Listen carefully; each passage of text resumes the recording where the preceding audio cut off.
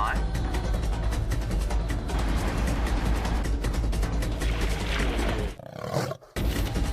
Five, 4, 3, 2, 1. You are live, you are live.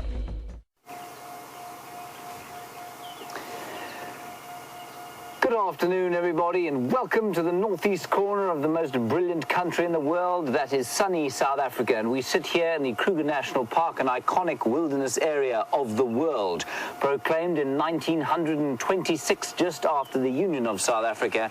And since then, it has been welcoming tourists and forging ahead with African conservation forever. We're right, Brian? No, you were just burning out. I was burning out. I'm not burning out anymore. That is a camera term. Do not worry. I'm not, in fact, on fire. You are most welcome, especially Miss Mervine's class in Virginia Beach, Virginia. You are watching here from the Advanced Human Geography class. I don't know what that means, but I hope that you will ask me questions related to whatever Advanced Human Geography is, and I'll tell you as much as I can about Advanced Human Geography here in the wilderness of the Kruger National Park. My name is James Hendry. On camera today is Brian. That's Brian's thumb, everyone. And on the other vehicle there is no one, because we are alone today. The other vehicle is down, broken, no longer. X not going to be functioning this afternoon. So you will be staring at my ugly mug, watching Brian's brilliant camera work, and hopefully finding some animals so that you don't have to stare at my ugly mug for the entire 3 hours that are about to pass. Louise is on the final control directing seat, and Kirsten is on the keys. That's called alliteration. I know that's for the English class that was yesterday. Advanced Human Geography doesn't worry about alliteration. Over there, Brian, we have some nyala. The nyala are sexually dimorphic. So what that means is that the male is completely different. This is fascinating. I've never seen this before. Did you see that, Brian? We may have some mating here. That is unusual. Normally they're very private about it. So that is a male nyala, and that's a female nyala.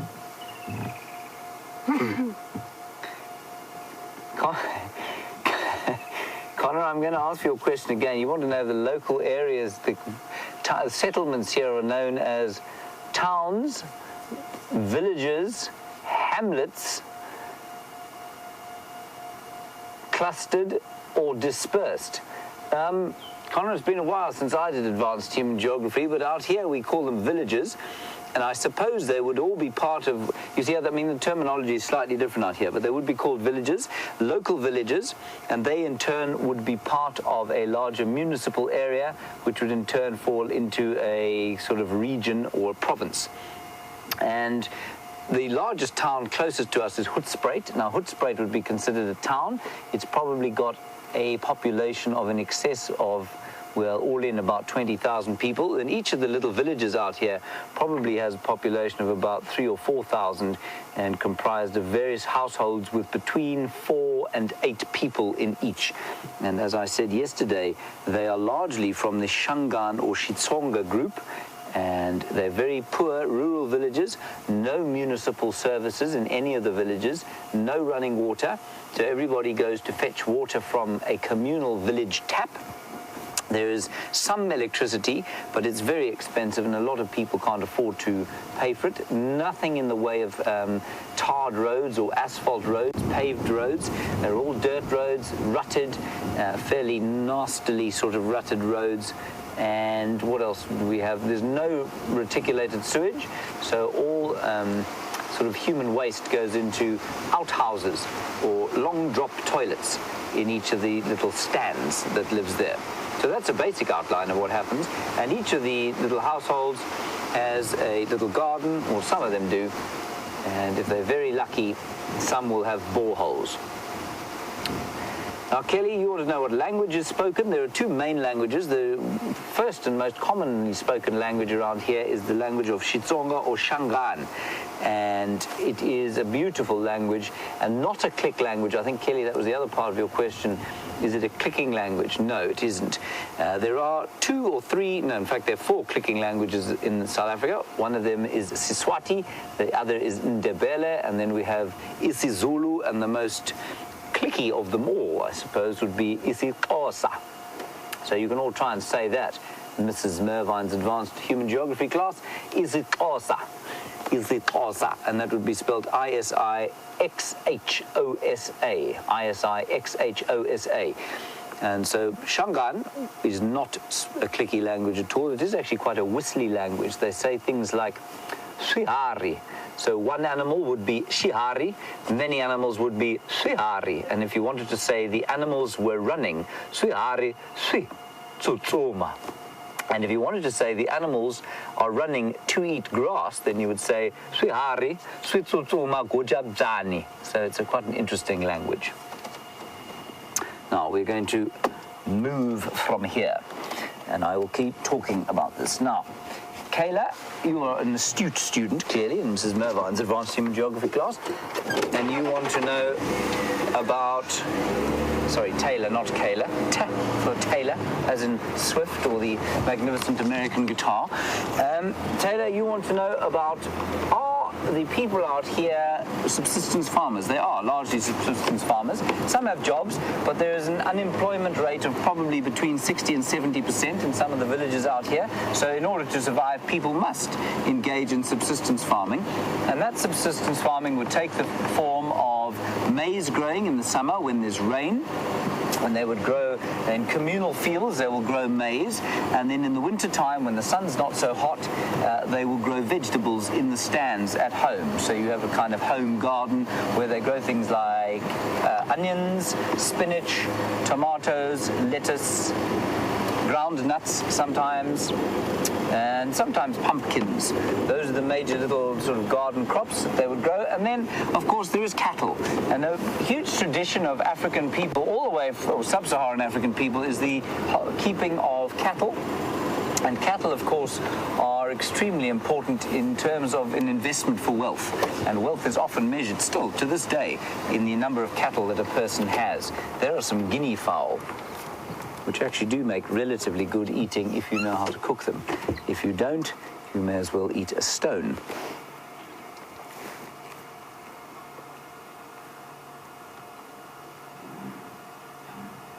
Hello, Victor. You're interested in whether the animals are distressed at the noises we make or if they're used to us. Well, Victor, I mean, you kind of watching the screen there should answer that question for you. So you saw these guinea fowls moving to a distance away from us. It wouldn't be so much the noise as our presence. Noise is combined with that, of course, and now they feel that they're within the flight or fight distance, and they are without the flight, outside of the flight distance, so they don't need to run away from where they are now. Same thing with those nyala. When we first saw them, it was just before you joined us, and there was a female a bit closer than where that male and female were. She moved it to a distance that she felt was safe, and that's how they lived. So yes, we do affect the animals when we drive past. It is not probably as noisy as you think it is where you are. This vehicle will reverberate noise, and there's noise coming in through the microphone at the top of the camera there. I've got a lapel mic which should be picking up my voice, but it will, because of the reverberation, it will sound probably a bit noisier than it actually is. It's quite a quiet car. It's a little straight six engine, so some of you will know what that means. It is quite an old engine though.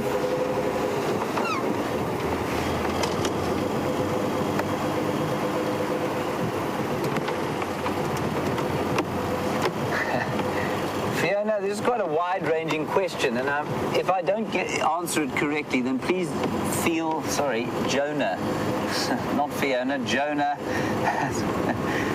I'm not hearing Louise quite well today. She said, not Fiona, Jonah, like the dude who got swallowed by the giant fish. Thank you for that, Louise. No need to get shirty. Now, Jonah, you want to know about the geography of this area and the region. It's quite a wide-ranging question, so if I don't give you what you want to hear, please feel free to send through another. And this time I won't call you Fiona, which of course is inescapably not your name. Jonah, the general region is called Mpumalanga, the particular area that we're in. That's the province that we're in. And it consists of the Highveld regions off to the western side there. Highveld means highlands, so it goes up the Drakensberg escarpment onto the highlands. And there's quite a lot of coal mining and that sort of stuff there. The two big towns there would be called Emalahleni. That's Emalahleni. I'm not going to spell it to you unless you ask me to. And Middelburg. There are two very major sort of coal mining centers. And then if you come further east towards the Drakensberg Mountains, which we can't see at the moment, you go down into the low-felt areas. And we're only about, 1,300 feet above sea level here, so much lower down. Some of those areas up at the top there are almost 8,000 feet above sea level. So it's a substantial drop. And as you come down into this area, much smaller towns and settlements. The capital of the province is a place called Nelspruit, and that's a fairly major urban area with pretty much first world services. It's all paved. There are malls. I mean, you would get on very well there. You'd be able to operate in a settlement like that. And if you head north towards where we are now, you start going through rural villages like I was describing, and that's where you would, I suppose, if you came here as a complete foreigner and somebody dropped you there, you'd struggle a little bit because you wouldn't really understand how the systems work. But there's very little in the way of paved roads, no municipal services and that sort of thing. And so that's the sort of settlements down in the low veld here. And then as you come further east, we come into this game reserve area, and that's the Kruger National Park, which extends all the way to the Mozambican border. That is a very rough overview of what this province looks like. To the north of us, and also the Kruger Park, is Limpopo province, and also very similar. The mountains sort of cut them off halfway along, and it's low down, sort of 1,300 feet above sea level over here, between, say, what should we say, between about 3,000 and 8,000 feet from the mountains upwards into the high veld. Does that give you your answer, Jonah? If it doesn't, please feel free to ask again.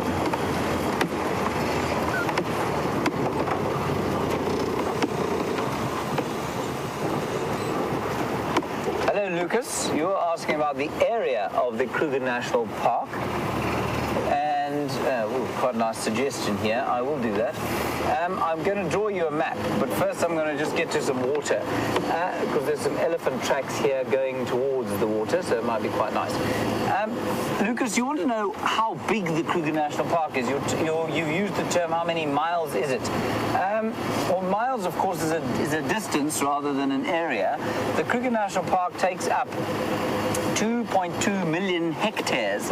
Now, a hectare is the metric system that we use out here for measuring area, and in acres you can multiply that by 2.4 and you'll get to roughly 5 million acres.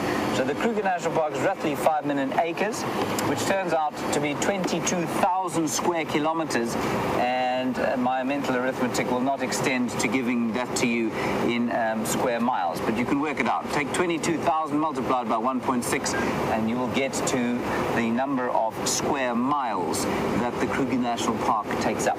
It of course extends also across the border. It's called a transfrontier park. It extends into the border, across the border into Mozambique to the east and Zimbabwe to the north. All in all, 8 million acres of contiguous wildlife area. So much larger than anything, I think, in the lower states of the United States. Alaska's got some bigger ones, but bigger than anything here. Alec, you want to know if we've experienced any droughts, any environmental troubles like droughts? Alex, we're in the middle of a drought now, Alex, and although it doesn't look particularly dry in this area, we had 20 millimeters of rain, or about an inch of rain the other day.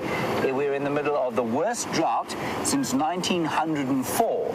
Now, that, of course, was before even I was born. It was before even Miss Mervine was born, and indeed before anybody currently living was born, we think. And so it's an extremely long time since we had a summer this hot or a summer this dry. And in fact, worldwide, of course, we know that this has been the hottest year in human history since records were kept, and possibly even since before then. And that has taken its toll here. We're having immense drought. That means the animals are starting to suffer. They weren't initially, and now as we go sort of towards the dry season without having had the wet season proper, so the animals are starting to suffer a little bit now. Good one, Alex. Thank you very much. Other environmental issues around here, not many. I mean, there are a number of human-induced ones, but nothing that's that major. There's a waterbuck, Brian. You'll see it running through the bush.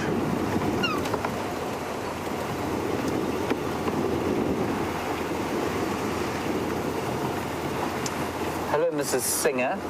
While we are looking at those waterbuck, is that all right? Well, let me go forward. There's some better ones here. Those are waterbuck, everyone. And it's a species of antelope. That's a little baby one. Mrs. Singer, you want to know about issues of poaching. Do we have poaching issues here? Yes, we do. And they can be just divided into two broad categories. The first category would be poaching for the pot. So as we know, there is an enormous unemployment problem, and the unemployment problem means that there are hungry people about, and that means that people will come onto the reserve if they're feeling desperate. They will set snares and try and catch things like those waterbuck or like an impala or something like that and take the meat home to eat it. So whether you can call that poaching or desperation hunting, I don't know, that's up to you. I would call it the latter, but certainly it is an illegal form of hunting. Then you get the other category, which is the big game, commercial poaching. And of course we know that rhino are a major problem. I was just reading an article about elephants at the moment. Up to 50,000 elephants are being shot on this continent every year. Southern Africa at the moment has managed to stay relatively free of this problem, but we reckon the problem is coming here if we're not very careful. I'm just looking over here because there was some alarm calling from some birds, which means they were thinking quite carefully about whether or not there's a predator around here. But I don't see anything. So we know that there's a lot of incursion for rhino poaching. Not in this particular area, because we're on private land, there's a lot more money to throw around in terms of protecting the rhino, and the problem seems to have almost abated on these private reserves. In the Kruger, it's still an issue. Remember, they share a border with Mozambique, which I think is almost 600 kilometers long. That is 600 kilometers is roughly, I don't know, about 400 miles long. And so if there are poachers desperate enough coming in from Mozambique, then it can be a real problem. And they're the real issue. It's not a question, the poaching for the pot is something we can deal with. But obviously we can't afford to lose any more rhino.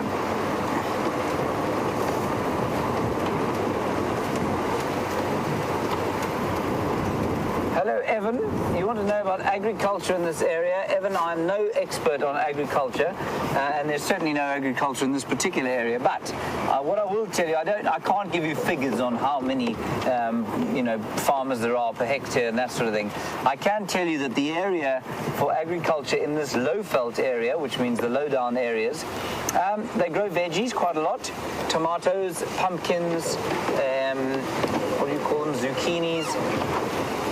Baby marrows, what else would there be? Butternuts. So all kind of gourd or pumpkin type vegetables.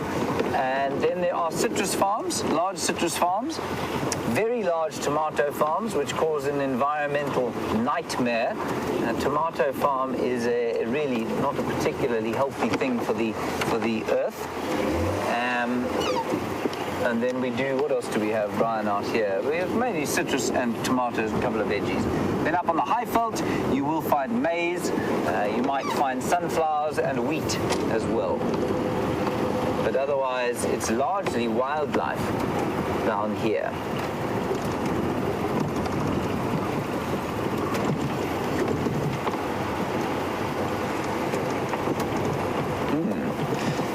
Andrea, what a lovely question. You want to know if I've ever seen an animal out here with a noticeable genetic mutation. I suppose I have, Andrea. I suppose something like a white lion, for example, a lion which carries the gene for leucism, which is a mutation of sorts.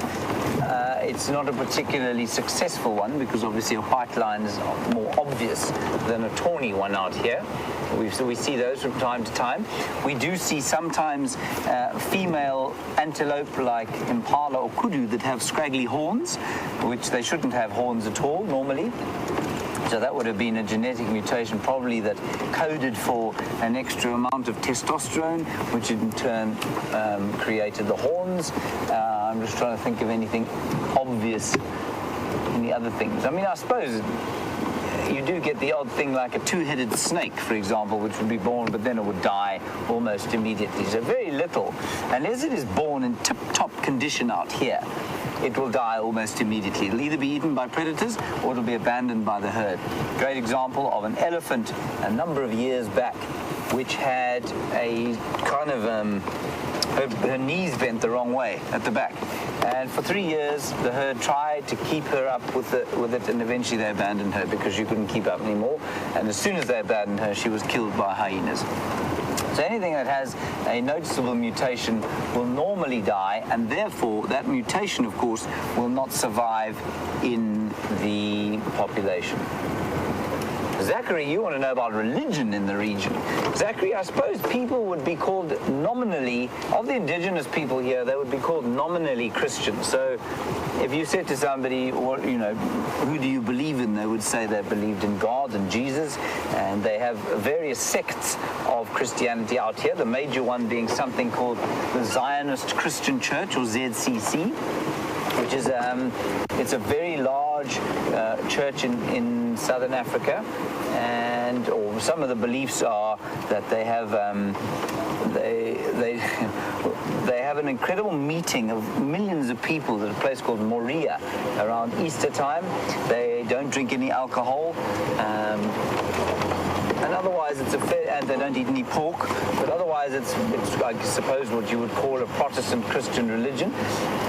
And then there are others, the Seventh-day Adventists and various other Presbyterians are out here. The Anglicans are out here too. The most famous Anglican, of course, being Archbishop Desmond Tutu, a great son of our country.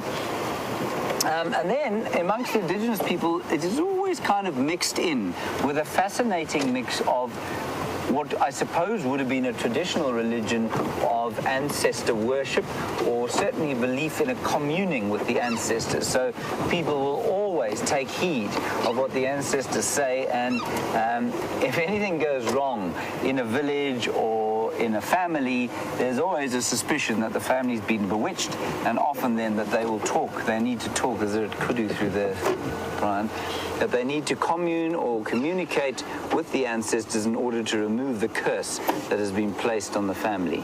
That's kudu. That is the largest antelope that we get out here. So those are the major religions.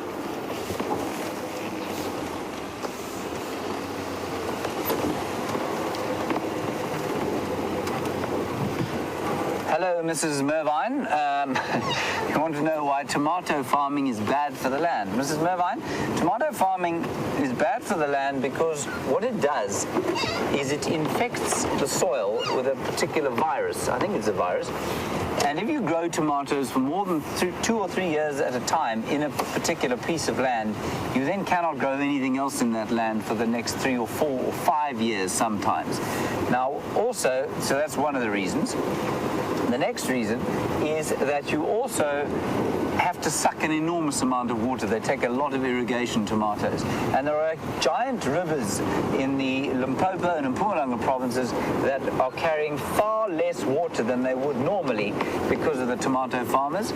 And you combine that with the amount of fertilizer that goes onto the tomato farms and then washes down into those river systems, it can be tremendously environmentally detrimental. And I know there's an enormous tomato farming company up near Limpopo and Mpumalanga, and they keep moving further and further away from their packing depots because the land between them and the packing depots is unusable anymore.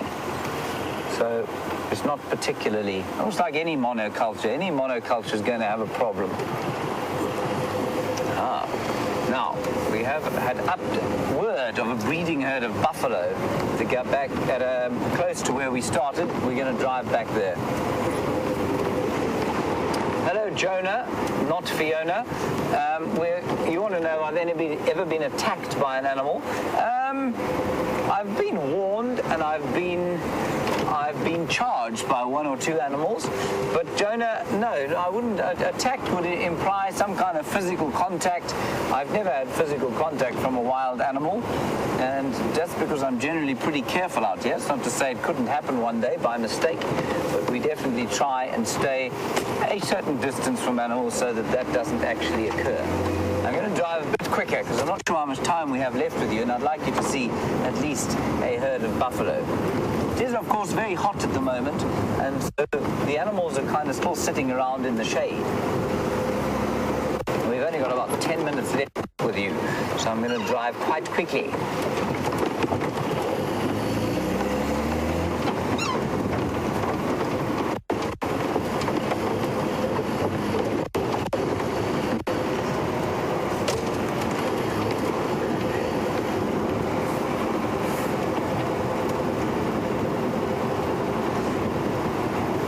Robin in Maryland, you say you've seen a video where local people chased animals off a pride of lions. Chased a pride of lions off a kill, and then went in and stole a piece of the kill. And does this happen often out here? No, Robin, I can tell you categorically it never happens out here. Maybe once or twice, but that I think I've seen the video that you've seen, and Robin, that was shot probably up in Kenya or Tanzania, where the boundaries of the parks are not so nearly clearly defined. I mean, then some of them, those big areas like there's some warthogs. Well, this is a very sad warthog, this one. We've seen her a few times. She's very ill. See, she's totally emaciated. It's got a little baby, and I think the drought combined with possibly a disease has made her very skinny.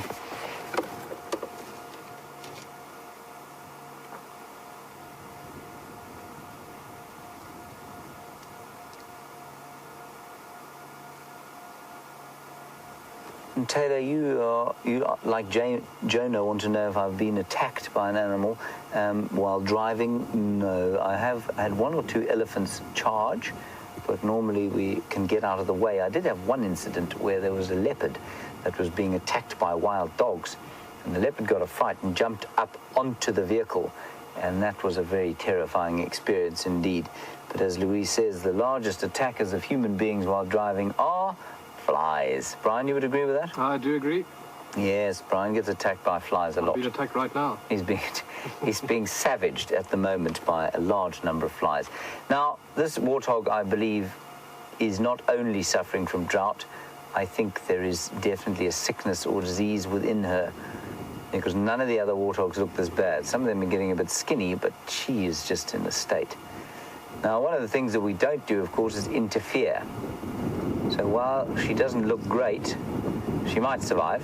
A lot of the time animals recover from the most incredibly horrific-looking things.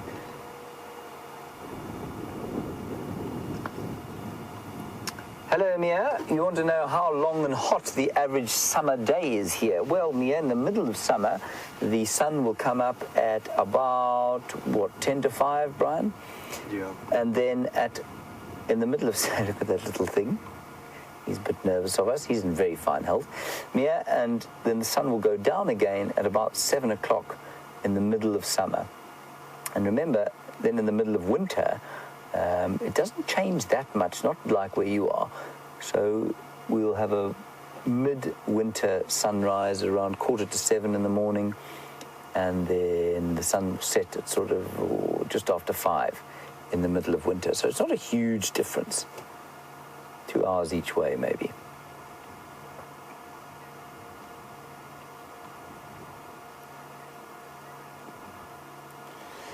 Now, Delaney, you've asked a question that's quite interesting. You say, is it mating season and are there a lot of babies? Remember, mating season and lambing or birthing season are two totally distinct things.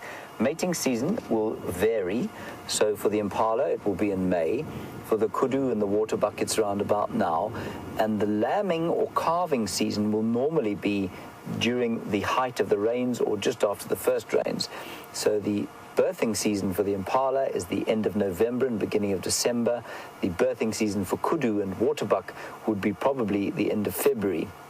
And their mating season, of course, will be, well, we're going into it now. So the mating seasons when they mate, and then the calving season, when you'll see lots of babies, is kind of during the height of the first rain. So we are seeing some little kudu and nyala, at least kudu and waterbuck.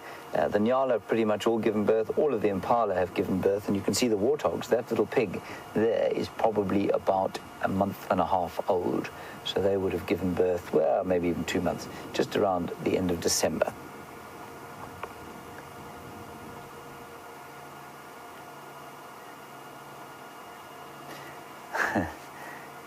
Now, Courtney, you want to know about natural disasters in this area. I think let's leave this emaciated pig around, don't you think? Pigs are supposed to be fat. Courtney, you want to know about natural disasters in this area. Courtney, a natural disaster like you get in Virginia Beach, I mean like a hurricane, we don't really get exactly in this area, but off the coast of Mozambique, what we have is something similar called a cyclone. And a cyclone, I think, is formed, if I'm not mistaken, exactly by the same phenomena that would cause a hurricane.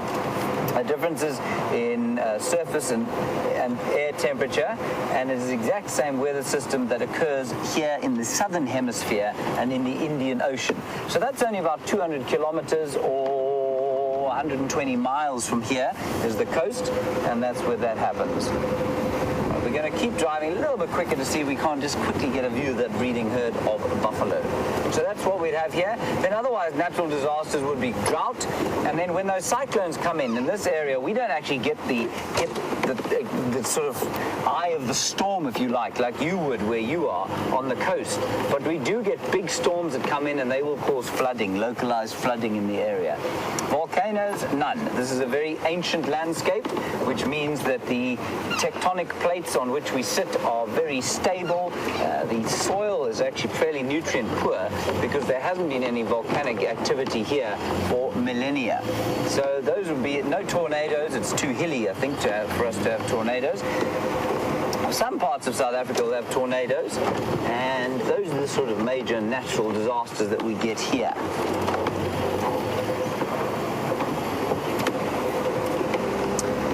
Now, another one of my favorite subjects, Lucas, you and I could sit down and yak about this for ages, which we don't have.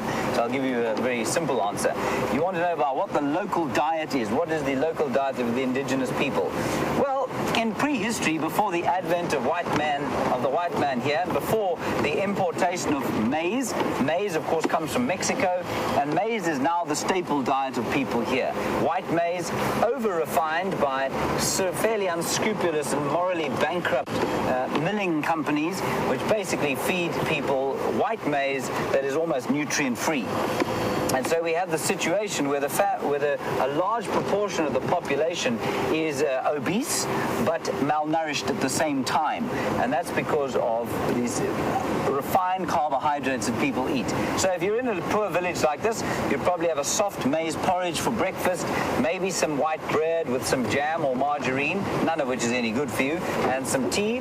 Then at lunchtime you'd have a kind of stiffer maize porridge, which we call pap, or in Shangaan or Xitsonga we called vuswa. And then you'd have that maybe with a tomato and onion relish, and maybe some local spinach, which you can either grow yourself or you can harvest in the natural areas. And then for those who have a little bit of money, dinner might be also vuswa, that white maize porridge, and a bit of meat if you can get it. Otherwise some fish, maybe from a can, maybe canned pilchards, something like that. And that would be the general diet. Also some chicken. I mean, a lot of people actually keep chickens, and every so often they'll kill a chicken and eat that. But traditionally, that wouldn't have been the diet. Traditionally, people would have eaten probably a lot of game meat. They would have eaten a lot of roots and berries and that sort of thing. Then Jimmy, I think it's Jimmy or Jimny, you want to know about how the weather... I'm just going to get your question again, Jimmy. I think it's how the weather affects the animals out here.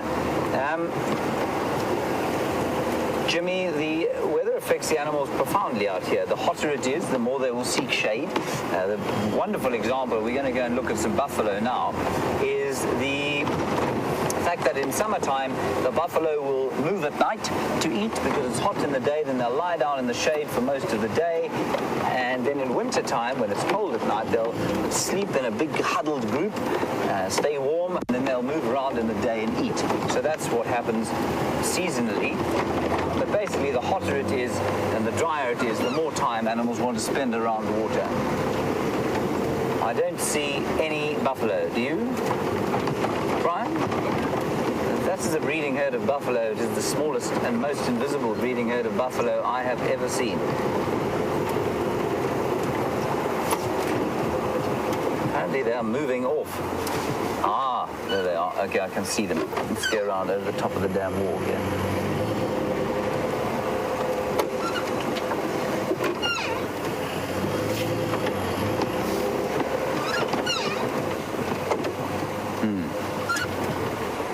Andrea, another brilliant question. Is it easier for animals to get sick from other animals out here?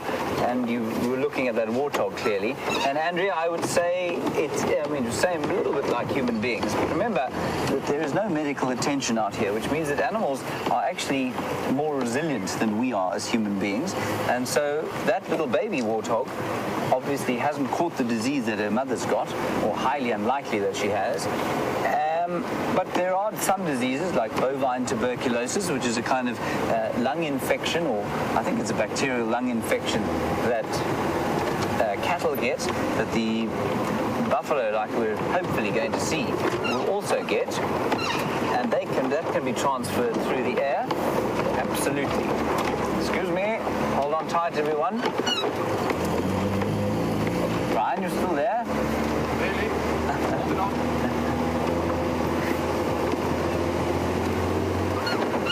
Evan, you want to know the life expectancy of some of the animals as well. You get something the size of an elephant shrew, which is a little shrew like that, or a bushveld gerbil, which is about the same size, and you'd expect a life expectancy probably of maybe 2, 3, or maybe 4 years. Then you get buffalo like this. And the buffalo will probably live 14 or 15 years. And then you get the elephants, which will live up to 55 or 60 years. Look at all the buffalo.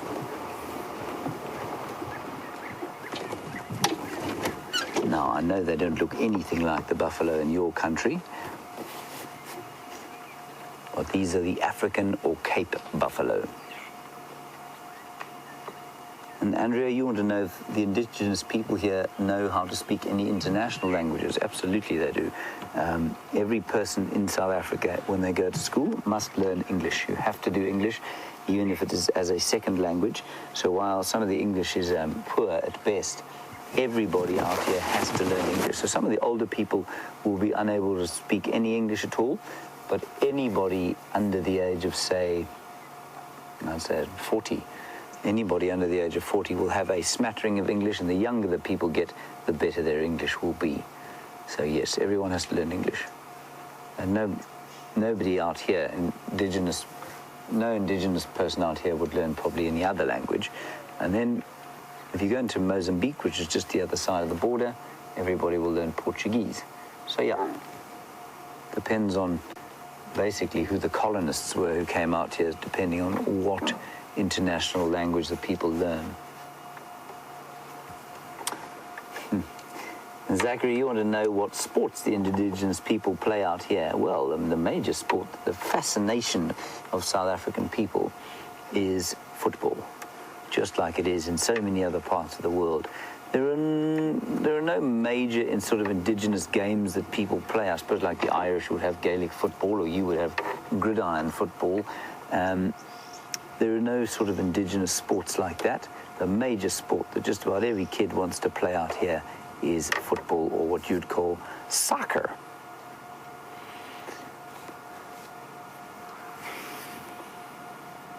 So these buffalo have just had a drink, and they will often drink, and especially when it's dry like this, they might drink sort of 2 or 3 times a day sometimes. And now they'll go off and have something nice to eat in the form of greenish grass. There's a little bit left after the rain we've had, but even those green shoots are now starting to wilt a little bit.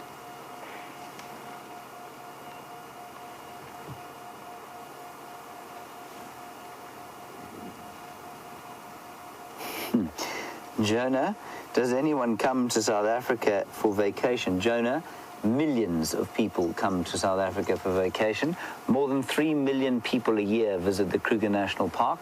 That is excluding all of the private reserves that I am basically sitting on, like the ones I'm sitting on. And we're sitting on a place called Djuma, which is also a private reserve, part of the Kruger Park. There are hundreds of them around. And basically, Jonah, conservation of many of our national parks, if not all of our national parks, is supplemented and maintained by tourists coming here on vacation. Millions and millions of tourists come to South Africa. They come to the Kruger, they go to Cape Town, and they visit lots of the other magnificent places that this country has to offer. There, the buffalo are having a little bit of a run. They may have caught wind or smelt of us.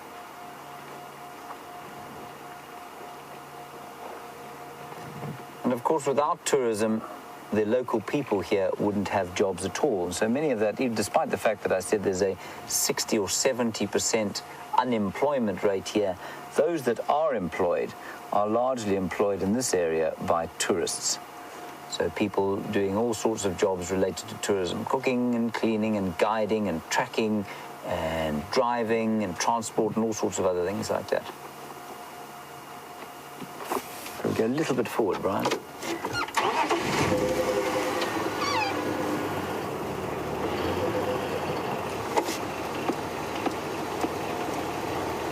Delaney, what a very clever question. You want to know if there's an overpopulated animal in this area, and what is it if there is one? Delaney, I suppose the only overpopulated animal that I can think of is an impala. The impala are slightly overpopulated because of the provision of artificial water. And that's a whole other discussion that we can get into. But basically, in this area, artificial water has been provided, so water has been pumped from wells for animals to drink, and that's meant that a reduction in biodiversity, lots of impala, lots of zebra, and far less in the way of, say, sable or roan or sesame or hartebeest, lots of the different antelope that we used to get. I think this area used to support a far larger group or suite of species, and probably number of species as well, when animals were migrating between the perennial rivers and not hanging around kind of permanent water sources like they do now. Nice question, thank you. Now, these buffalo will be trying desperately to avoid lions. Let's just drive down here. And Mrs. Singer, you want to know about have we given additional water to animals? Yes, of course we have, absolutely. In this area, every landowner provides a sort of artificially pumped pan or dam. I mean, we just drove over a big dam wall. And so, yes, there's quite a large amount of artificial water provision. Mrs. Singer?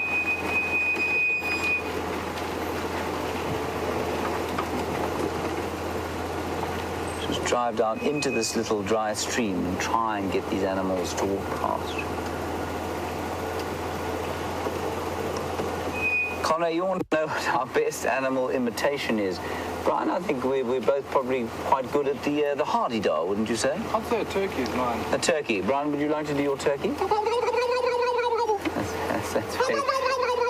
That's very good. Connor, I would like to demonstrate to you the call of the hardy-dar ibis, an impressive bird with a very long bill. You can look up ibis when we leave you. And it goes like this.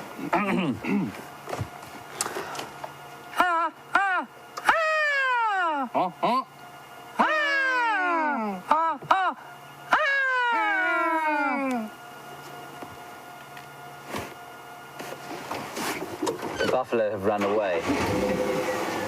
Okay, chaps, that's it from us and Mrs. Mervine's class. The rest of you can carry on watching on the internet and stay with us for the next 2¼ hours. But thank you very much for joining us, Mrs. Mervine's class. I hope that was semi-informative for you and what you were looking for. And we will see you, hopefully, at another stage. Have a good day at school and look after yourselves. And that is the thumb saying, learn hard. Learn hard.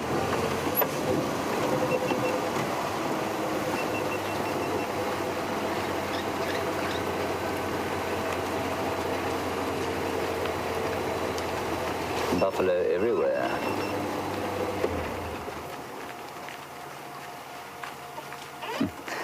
James Taylor, an interesting question. Do we have a problem with witchcraft? Personally, James, I have no problem with witchcraft at all. Brian? No, I don't mind. You don't have any problem with witchcraft? No. That is, of course, a slightly facetious answer. But, James, there is witchcraft. People, absolutely. A lot of the local people have very strong beliefs in what the local verb for it is to lawyer. So if I say ndakuloya, it means I'm going to put a spell on you. And there are lots of people that believe that spells have been cast on them. Very seldom can they ever figure out who put the spell. The reason I mean, I'm not sure I'd describe it as a problem, but there is definitely a very strong belief in elements of witchcraft, and there are traditional healers or traditional medicine men, if you like, what I suppose would colonially be called the witch doctor, which we try and stay away from now, who would mix up a potion and say, well, this will do that and this will do that. So, James, yes, it does absolutely. There's still a lot of that sort of thing around here. That's normally, in fact, it's almost always in these rural communities. That said, there was a government minister the other day who said that she couldn't go to meetings because she had been bewitched. Didn't stop her racking up massive bills on her credit card, however.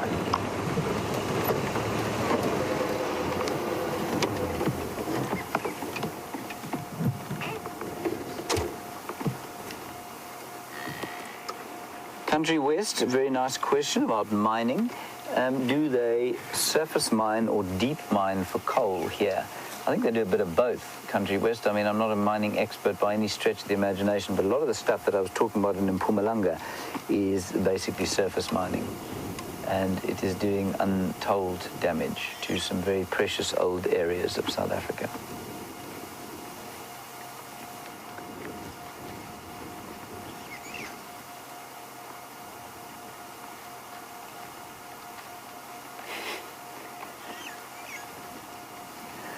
Nigel, Brian, put the camera on. Nigel, you want to know if I am a famous celebrity in South Africa and if I get mobbed and asked for my autograph everywhere I go. Don't be modest, James. Oh. Right. Nigel, I'm an immense celebrity. I'm basically the Brad Pitt of South Africa, the Jason Statham of Johannesburg. Nigel, no one knows who I am in South Africa at all. There's absolutely no one who knows who I am in South Africa. I'm not a big celebrity by any stretch of the imagination, but thank you for asking. It makes me feel very good indeed.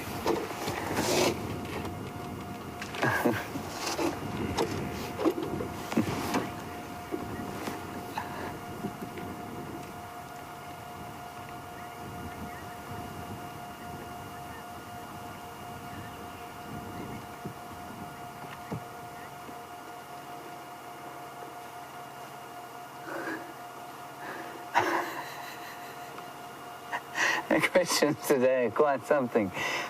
Andre, you say you filmed a wedding in your hometown of Howick a little while back, and the master of ceremonies was a kilted fellow who looked a bit like me. I would say it's probably quite likely, yes, that it was me.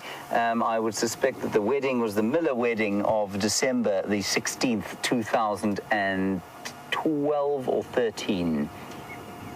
Maybe?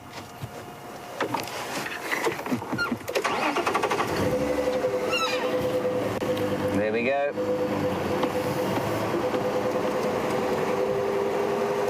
That is an astonishing coincidence.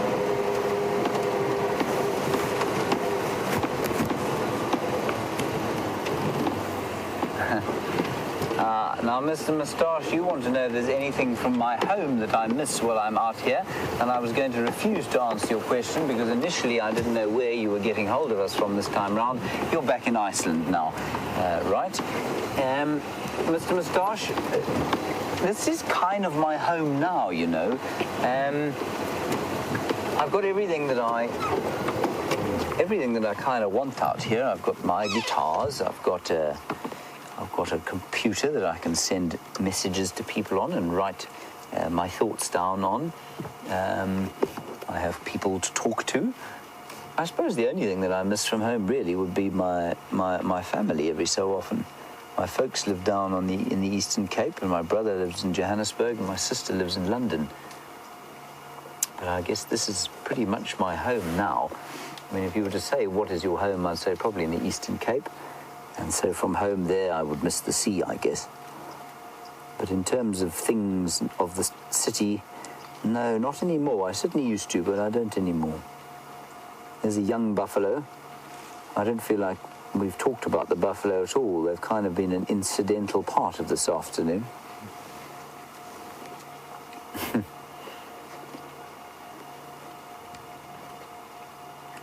Donna, you're taking me down a road that could get me in trouble, but you're absolutely right. You say we won't interfere with animals out here, but surely providing water is...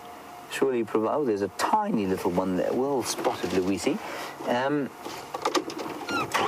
just going to move forward as I answer this. But Donna, yes, absolutely. Providing water is completely interfering. There's no question about it. So, you know, where do you draw the line? I don't know. I don't know where you draw the line, and it's really not up to me to decide, thankfully. There's a tiny little one in there. Was there another one here, Brian? I didn't even see where you were pointing. There we go, little one. Tiny little calf going through there. That can't be more than a week old. Still a little bit unsure on its feet. That's very sweet.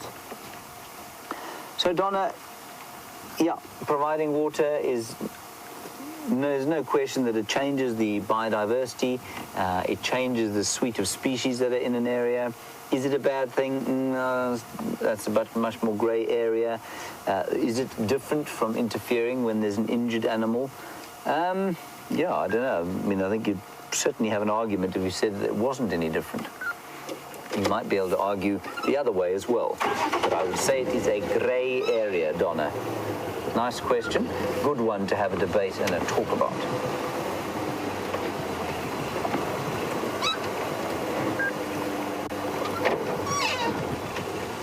I'm not going to drive off road after these guys. These chaps do get a little bit nervous. They're not the most sort of calm buffalo. Ooh. Mary, you're in Canandaigua, New York. That sounds like an interesting place to be, and you want to know if there's anybody in the local villages here that does not have clean running water. Yes, everybody, Mary. Everybody. Nobody has running water. Unless you're rich enough to have a well or borehole in your stand, I'm afraid everybody out here lacks running water in the indigenous, or not in the local villages out here. So, Mary, there are taps, communal taps. I'm going to smack you on the bottom. Buffalo is very tempting. Don't worry, I'm just joking. I won't really smack you on the bottom. But thank you for letting us get this close to you. Good day. This is wonderful. I've never been this close to a buffalo here. She's so cool.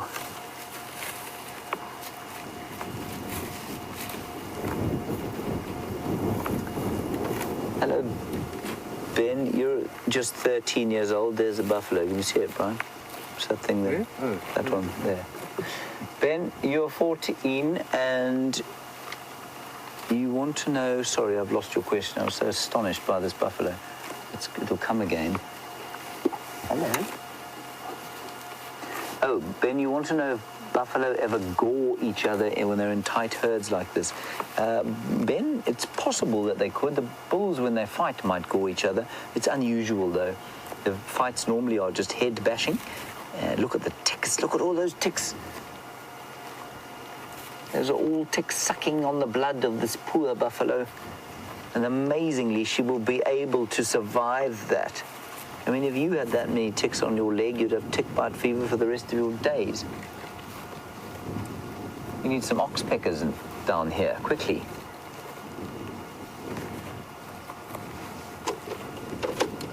There's my head, sorry about that. Look at all those ticks. Brian, I can't even hear an oxpecker, can you? No.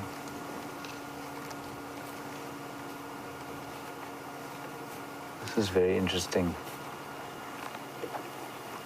Pamela, you want to know about nursing water buffalo. Pamela, just remember, before I answer your question, these are not water buffalo. These are Cape or African buffalo. Water buffalo is a very similar looking but distantly related cousin of the African or Cape buffalo that occurs in Asia and an introduced version into Australia. Now, how long does the African buffalo nurse? I think it's up to a year, if I'm not mistaken. Probably a bit, no, it must be less than that. But it's probably, I actually don't know. I can't believe this, I've forgotten it. I'm going to say 6 months, but we're going to have to check for you. Sorry, Pamela, let's check when the weaning is. I think it's about 6 months.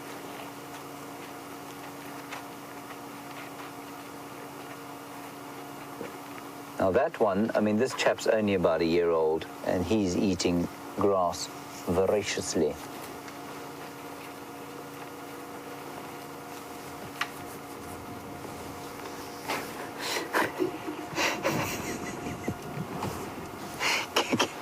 Cat, in Tampa, you've been using... I had no idea that this thing existed. You've been using Twitter extensively, obviously, and there's something on Twitter called the Fact in Your Face for the day, or is that what it's called, Fact in Your Face? And you say, is it true? Fact in Your Face page. Well, I think it's quite something. It sounds quite forceful, really. The Fact in Your Face page said to you that dung beetles are able to navigate by the stars, by the Milky Way. Is that true? Yes, it is true for some of them, I believe. Remember, there are only 900, there are over 900 species of dung beetle. Some of them navigate with a mite. It's like a parasitoid that lives on top of the dung beetle, and somehow, if you take all the mites off, they can't find dung anymore. But I've definitely read an article, and it was in the distant recesses of my mind, where it explained how it is that dung beetles are able to fly using the Milky Way. And I think it's why they don't fly on cloudy nights. And I think if you...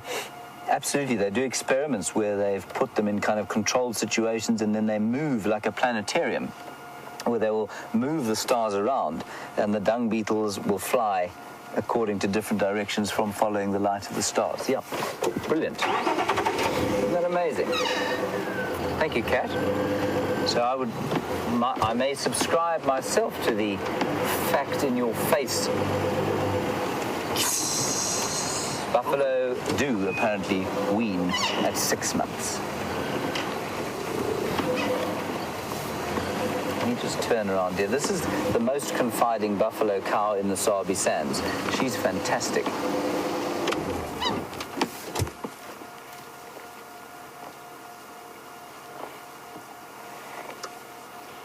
Now, Jamie, you want to know what we eat in camp, basically, and can we get the same foods that we get in town? Or can we get the same food in camp that we get in town? Jamie, pretty much exactly the same. Our food comes from a large supermarket retail store in Hoedspruit. The selection is definitely smaller, but I mean, we can get pretty much everything that we would eat at home. Brian, is there anything particular that you would miss? What do you like to eat? Sushi. Sushi? We can't get sushi in Hoedspruit. Well, I think we can. Actually. You probably, in fact, I think you can. Whether you should eat it or not is an entirely different matter.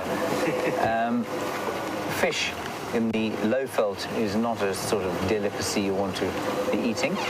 The one thing we do struggle with, though, interestingly, is kind of really good fresh produce, because very little of it is produced here locally.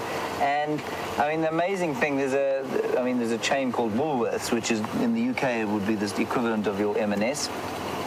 And there's one in Palabor, which is not too far north from here, but some of the lettuce, for example, that they will sell you is picked locally, sent to a market in Johannesburg 600 kilometers away, packed there, and then sent back again. So, I mean, astonishingly, it's actually quite difficult to get hold of local produce out here. We do get our green produce from a sort of local communal farming project, which is very nice. But interestingly, you can't get... That's often some of the most difficult things to get, fresh fruit and that sort of thing, because everything grown in the area is sent to the big packing houses in Johannesburg or Pretoria, here and then sent around the country. I don't miss anything particular from home, I don't think. As long as I've got decent coffee to drink, I'm fine.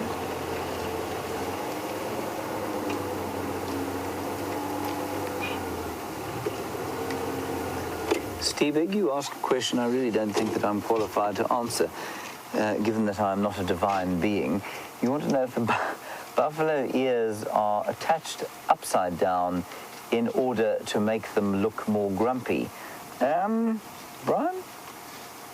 Potentially, maybe. Potentially, maybe. I like that answer. Potentially, maybe, Steve. It certainly does help them to look a little bit more severe, doesn't it? Let's move a little bit further up here, and then I think we'll probably leave these beefs to themselves.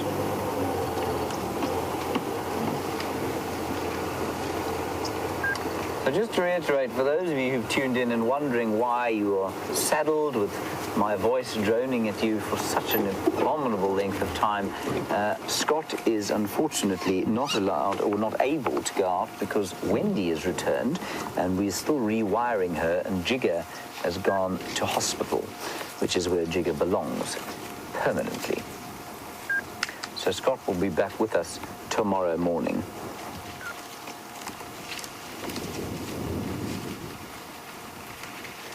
Now, I was just thinking about this, James Richard. You say Scott was with his buffalo herd this morning, and he was also worried about the lack of oxpeckers. I've just seen two flying off over there. I can hear them going now. Psh, psh, psh, psh, psh. So they're around, but I agree, there are not a lot of them. I don't know why that would be. It's very worrying. I mean, they're a very crucial part of the ecosystem out here.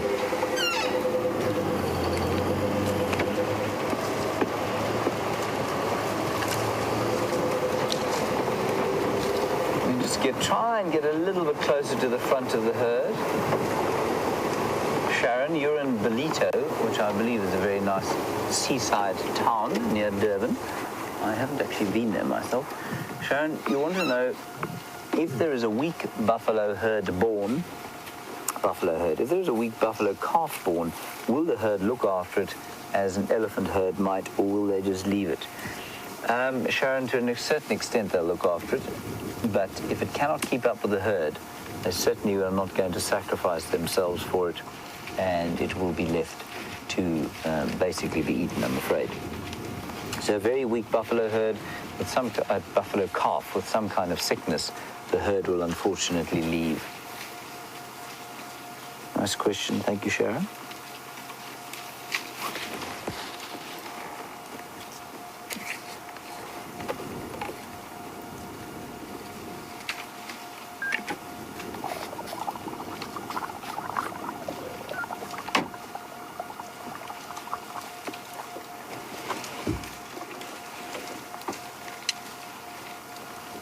Ravi, a nice question from you, and I think it's an interesting point. You say, is a drought not nature's way of giving the predators an advantage, while at the same time allowing the land time to rest? Ravi, the first part of your question would be yes. I suppose you could say that. If you believe that nature had some kind of overall desire for health, then yes, I would agree that a drought was a good thing for the carnivores, and certainly it will change the balance of predators to prey. But remember now, Ravi, in a drought like this, although there will be animal die-off, the only reason that there is animal die-off is because the land has been eaten flat. So it doesn't actually provide that much of a rest for the land until it gets seriously advanced. Hello, Ashley in England. You want to know about the bush news? I'm just going to assume you haven't been watching for a little while. You want to know about any leopard movements and lion movements and rain that we might have had. That's a really nice opportunity to give a bit of an update. You also say you're sad about Scott and Nikki. I think we're all very sad about Scott and Nikki, but, you know, it's time for them to go exploring, perhaps. Anyway, we'll get on to that later. We'll be celebrating them over the course of the weekend. Ashley, In terms of leopard movements, we had some female tracks coming in from the south today and then heading out again. Karula has been concentrating in that area. Does she still have cubs? Possibly. Would be very, very nice, very exciting, beyond exciting if that were to be the case. Shadow, we haven't heard of for a while. She's been around Arethusa, I know, but also in a fairly concentrated area, so that's a possibility. Lions, we've had, over the last few days, some very nice lion sightings. We had the Nkahuma pride around the place, and then we had one female on her own, one of the Nkahumas, the one with the, she's most easily, she got quite slanty eyes. She's most easily identified by her slanty eyes, and she was with one of the Birmingham boys, one with a scarred face. He looks like he's been mauled by I don't know, he looks like he's been mauled by a steel brush over the top of his face. He's a small lion. I know that when you see them initially, you think they're quite big, but they're not big, those Birmingham boys. They're not large fellows. And this guy is he's an okay size, but it's there. You can see that they're fighting. I don't know if they're fighting with each other, but they've certainly got scars all over them. Anyway, he was seen on the cheetah cut line with that lioness a few days ago, and then he was found again yesterday on Juma. I don't know where the other three are. I think they were, no, I do know. They were on Torchwood, and then they were on Nkoro after that. So I'm not sure why he split up from them. We don't know where the Nkahuma pride is at the moment. They were on Simbambili yesterday. I think they were on Simbambili yesterday. Wild dogs were there too this morning. And then what else happened? Oh, the hyenas moved house. They moved home. They moved to Aubrey's Road. They no longer wish to be on Mbubu Road. And so they've moved off to Aubrey's. I'm just turning the game drive radio up in case the great plethora of animals is being seen, and I don't know about it. And we had a little bit of rain, actually. Almost exactly a week ago, we had 20 millimeters of rain, which is almost an inch, and it's created a flush of green, but not on all the reserves. So, I mean, in this particular area, it looks quite nice and green now. We've got some green grass on the fire break here. But if you go further east, along, say, around Ledwood Road, which is in the southeastern corner, it's actually quite dry still.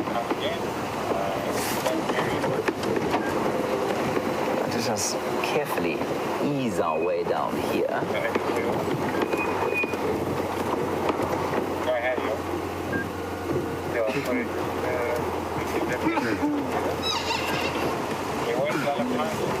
Hello, Debbie in Vancouver.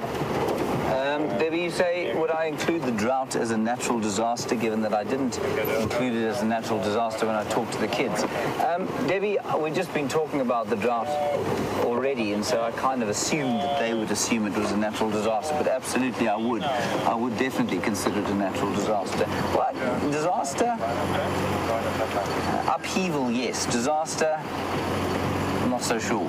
For the farmers in the country at the moment, a huge disaster. Out here, yeah, I'm just not so convinced that it's that much of a disaster yet. Right, let us drive at a relatively decent lick to get to Bivelshoek Dam, so that we might find something there. But before, we must just be careful, Brian. Remember those warthogs that like to come out of their burrow. It's just up here. I don't think they'll be home yet. There's a termite mound just up here in which 2 sows and 5 little babies live. Which is an amazing thing to see. There it is. It's that mound there. You see that mound there, Brian?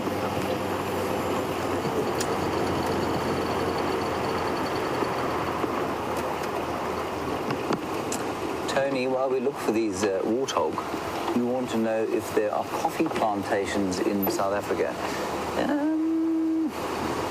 I don't think there are. I know there's a company called the Sabi River Valley Coffee Company, but I think they're a roasting company. I don't think they actually grow coffee here.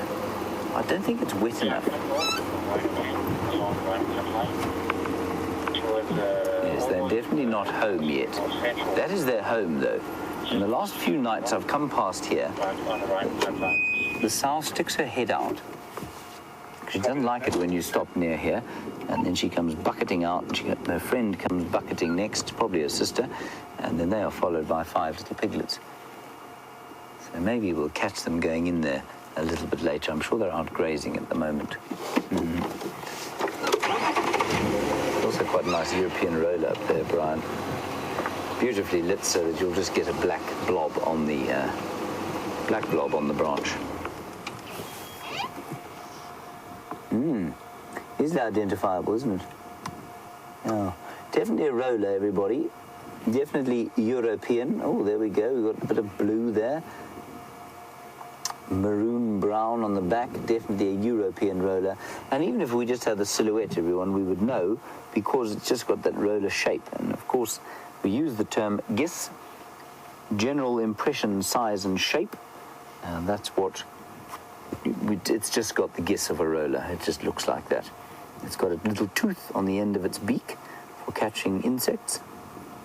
And it's just got that shape. Sitting perched out exposed, looking for insects on the ground, which it'll leap down and grab at the earliest available opportunity. On we go, Brian. Let us forge ahead fearlessly into the sun, into the blinding sun.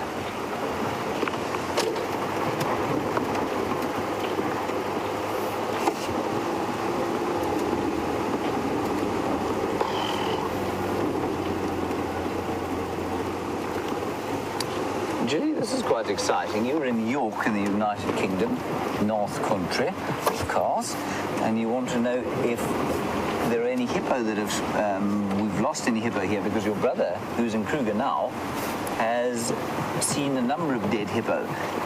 Julie, we haven't lost any hippo here, but remember, Kruger itself, proper, where your brother is probably, it's definitely further east of here. And exponentially the rain has reduced as you go from the mountains to the east, and Kruger's having a much worse time of it than even we are here.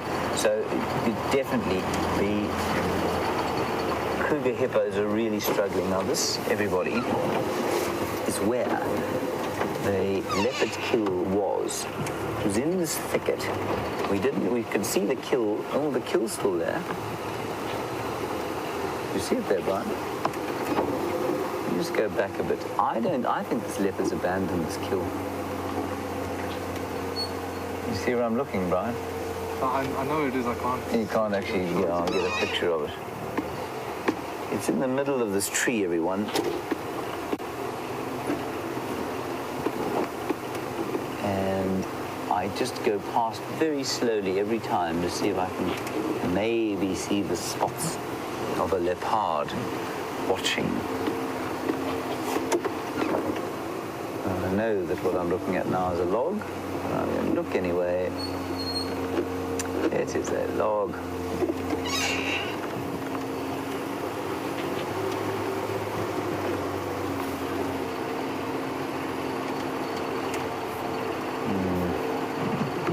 I think he's abandoned that kill.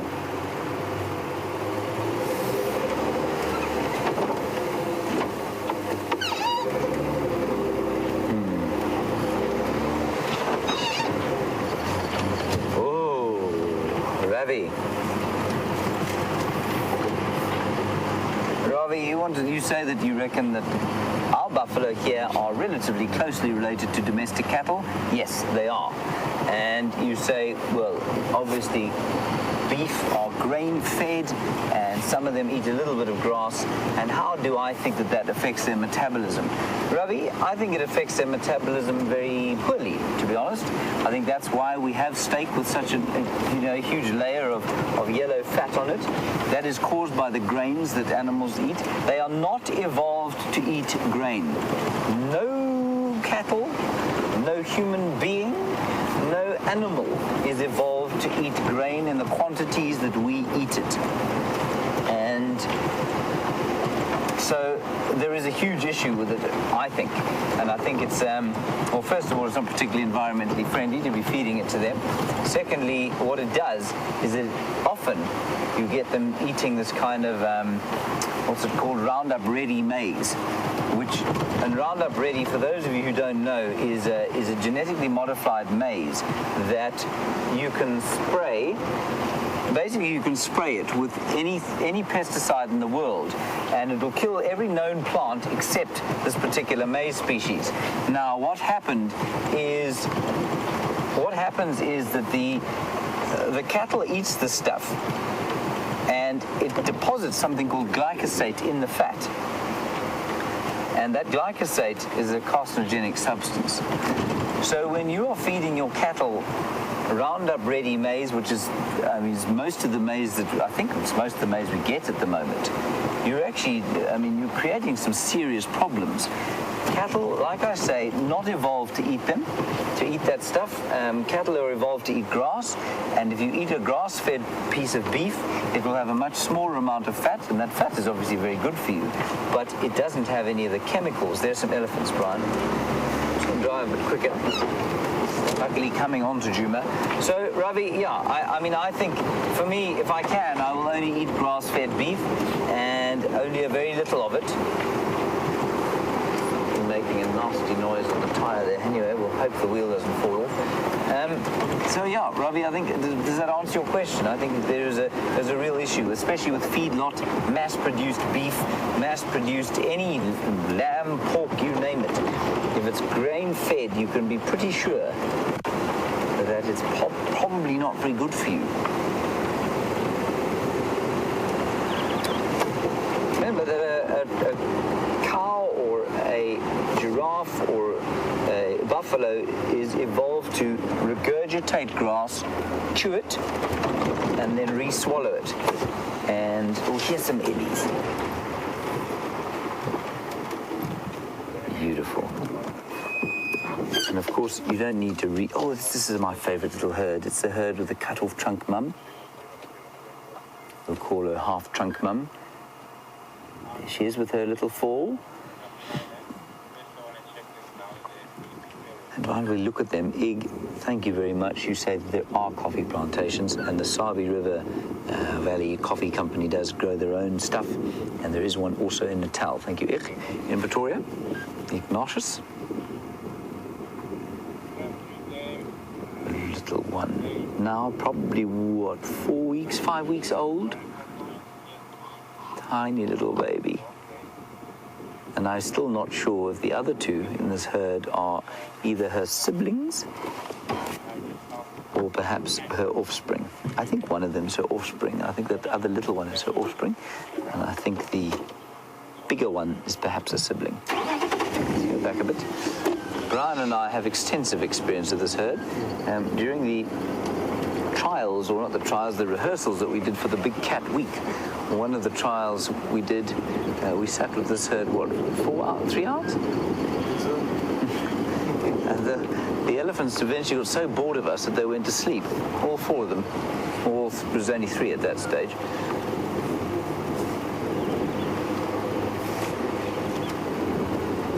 Just try and ease our way in here. They're a lovely herd, and I'm just so impressed that this cow with her half trunk has managed to forge herself a little herd, successfully breed, maybe have 3 youngsters. Possibly just the 2 though. Hold on, everyone.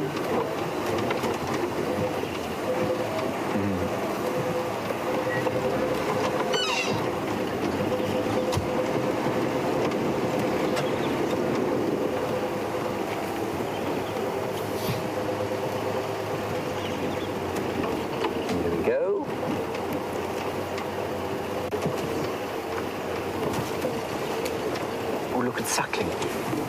One is suckling there, or trying to. Mum's not standing very still. Nearly tripped over the log. So sweet.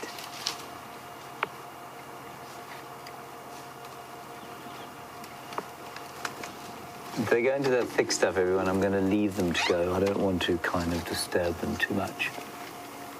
There's a little one here.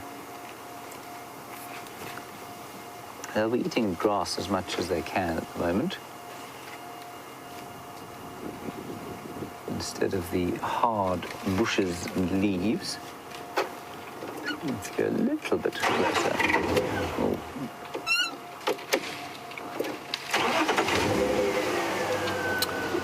Zoe, thank you very much for your kind compliment. You say I'm an excellent public speaker.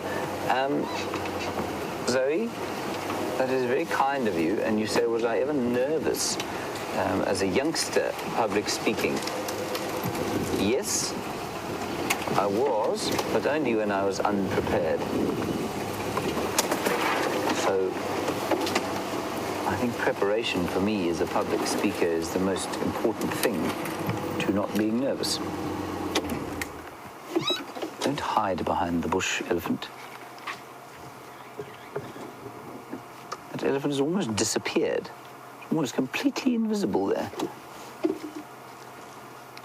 a very unfortunate state of affairs. I'm going to go a little bit forward, but I'll see if we can sneak in the middle there.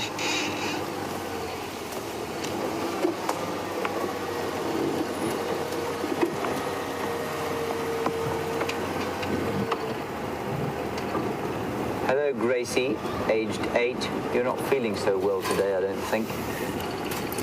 And you say you love elephants, and they make you feel a bit better. Well, I'm very glad they make you feel a bit better, Gracie. We'll spend a good deal of time with these elephants. Then if we can, if we can't, we'll try and find some others. Now, Gracie, I have a very special message from you from Scott today.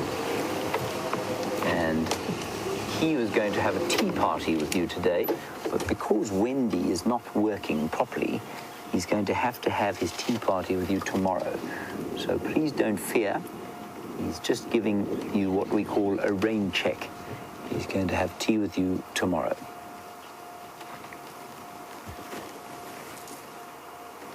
I don't know that I can get any closer to these chaps, I'm afraid. They've gone to some rather thick stuff to eat. The combretum trees and the silver cluster leaf trees, and the ziziphus trees, and in the case of that little one, have a drink of milk.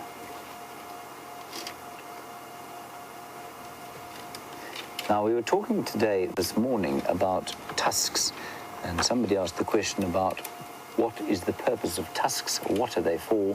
And I spoke about the groove that sometimes forms on an elephant's tusk from where she uses it to break off branches. Now, an elephant like this one that we're looking at here has got a very defined groove, and that's because she uses her tusk. There, you can just see it there. She uses her tusk more than most elephants would because her trunk is obviously not prehensile. It doesn't have that sort of two-fingered hand on the bottom of it, which means she uses her tusks more than other elephants do, and so that groove is a lot more marked. I mean, there's no question that tusk will eventually fall off over there, and she's going to have to make a new groove, perhaps on the other tusk. And as you can very easily see from that, elephants are either left or right tusked, depending. I'm not sure if it's they actually are left or right tusked, or if it's actually just a habit that forms. But I hope, rather like with us, and in fact they twist their trunks in normally only a right direction or a left direction. And I hope for her sake that she learns to use her other hand a bit more easily than human beings learn to use their wrong hands. Ambitrunkstrous. You like that word, Brian? I did.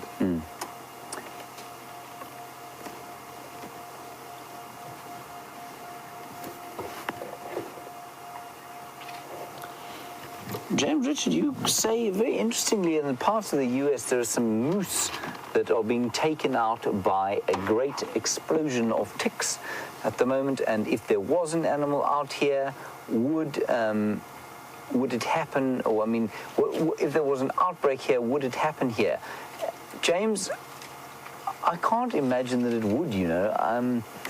I would imagine that either that tick has been introduced to the area and is therefore unfamiliar, or the moose's immune system is unable to deal with the parasites introduced by those ticks, or perhaps there is some kind of, I don't know, nutritional deficiency or other biological reason for why that should happen.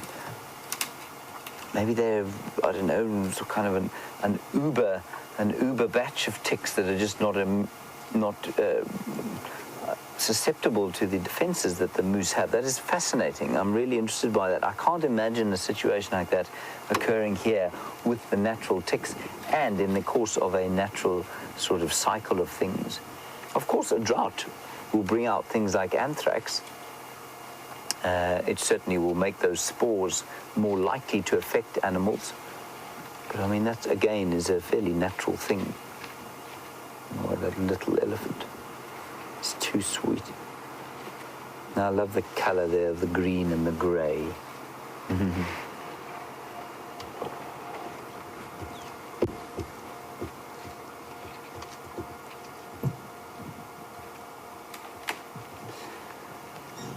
Ravi, a question, I'm not sure which part of your question or which way you're leaning. You're saying you think the drought will probably affect bushfires in some way.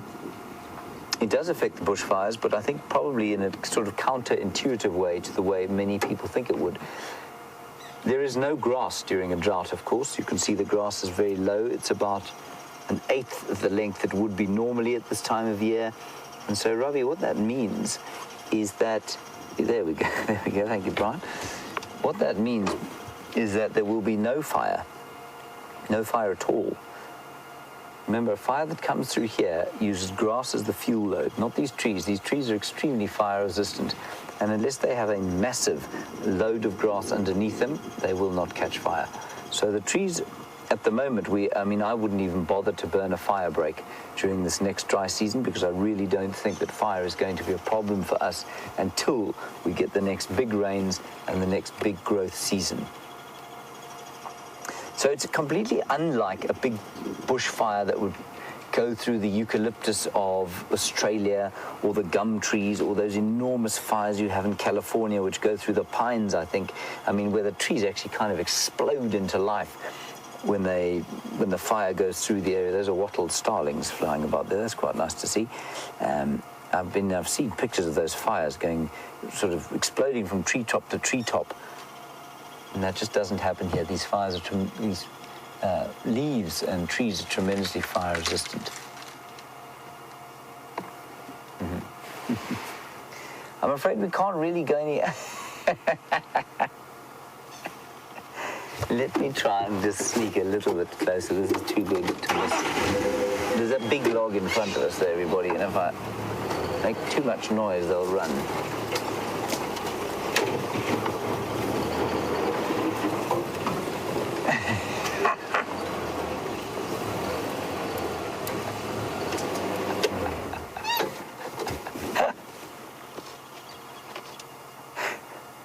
Oh, that's too priceless. Look at the birds.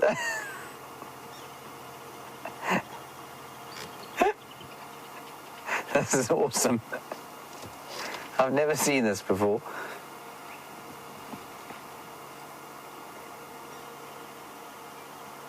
I think it's just because they get bored, you know. There's a mother just throwing a tree out of the way. And of course, that's exactly what those starlings want.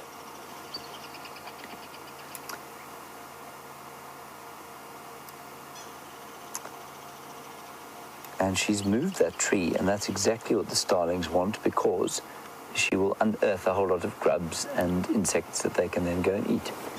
So if her little son wasn't chasing them around all over the place, could be a daughter, I just said son, I don't know if it is or not. If he wasn't chasing them all over the place, they'd be happily eating some grubs and insects. And I'm reliably informed by Kirsten McLennan-Smith that she has seen a video of the Kruger Park where an elephant baby was chasing some birds. Thank you, Kirsten. Perhaps a biology teacher. So post is your next vocation.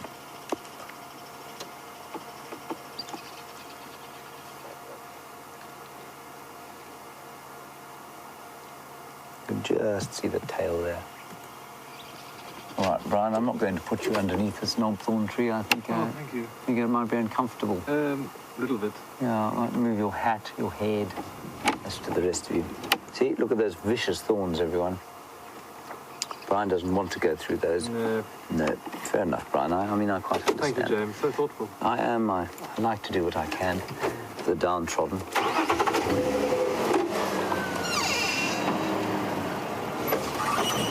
Now, there is a squirrel alarm calling over there. I'm just going to have a quick look there. And then I think we're going to head just down the road to Sydney's Dam.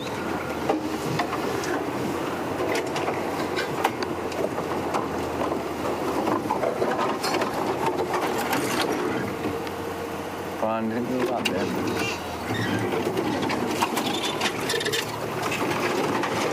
Jenny, you want to know if I get my sense of humour from my mother or my father? Jenny, first of all, I'm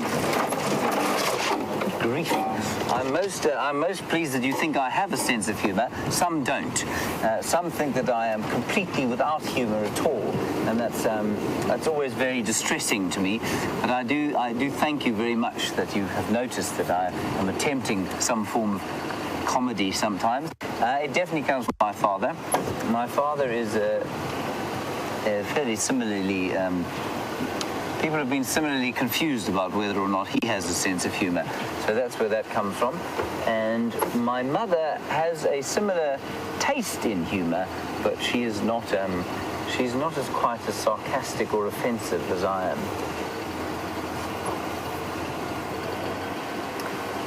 There are some francolins over here. And then we're going to go to the dam. I don't see anything that squirrel should be shouting at. We're also not too far from the hyena den, but I think we'll go there a bit later.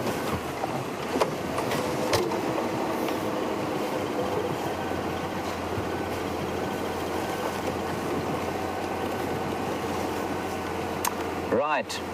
Very, very nice question and comment from Alistair in Johannesburg, my old hometown. Alistair, very astute. You say, of course, World Wildlife Day, which is today, was introduced by the United Nations in order to raise awareness of wildlife, plants, animals, and all the other biota that live out here. And you want to know about jackals specifically and why we don't see them here, or do we see them here?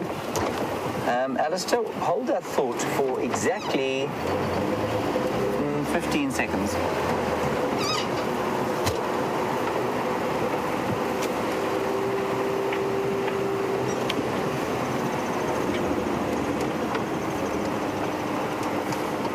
Over here, Alistair, just 2 days ago, I saw the first black-backed jackal I've ever seen in the Sabi Sands. And it came bucketing in, and it stole some meat from a kill that hyenas had already pilfered from 12 wild dogs, and almost with impunity. They didn't nobody paid it any attention. They were too busy fighting with each other, and the black-backed jackal leapt in, took a bit out and ran off, and then came back, and he was knocking about here, and it was the most fantastic thing to see. I've never seen a black-backed jackal in this particular area. I think I did see one once down Glondalozi. They're not common here. We do get the side-striped jackal every so often, which is a slightly, population-wise, is much less common than the black-backed. I'm not sure why we don't see so many of them here. It might be that they're in a sort of transition zone where, between where the two species replace each other. Certainly down south towards Natal, you get largely the side-striped jackal and not the black-backed. But up where I used to work at Ngala, which is not too far from here, just the other side of the Manyeleti, every single clearing there had a pair of black-backed jackals in it. And, they were wonderful entertainment. So, no, we would show them if we got them. So, Brian, if you just put the camera over there, if you don't mind. That's the kind of clearing that a black-backed jackal pair would live in. And this chap was on his own, so I don't know where he came from. But it was wonderful to see him. I got very excited indeed. Nice question. Thank you, Alistair. Here we are at the water. Brian, what do you think is going to be here? Right. Yeah, hippo. Is that a hippo? Out of the water in the sun. Looks like a large slug at this distance. There's also an elephant moving off there. There are 2 elephants moving off there. Let me just go forward. We might get a better view. 3 elephants moving off there.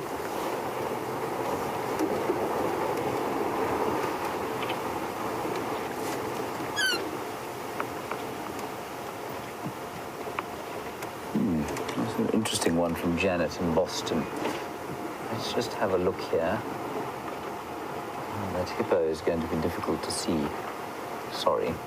Anyway, he's kind of below a lip there. Some waterbuck coming down to drink. So let's just have a look at them. More squirrels alarm calling, probably at nothing, maybe at a black-backed jackal. Very nice view of the waterbucks. Janet, you want to know if elephants prefer, this is quite an interesting one, elephants prefer trees that have got insects in them to eat. In other words, would they select branches that have insects on them? Presumably, Janet, you're suggesting that they might like to eat insects.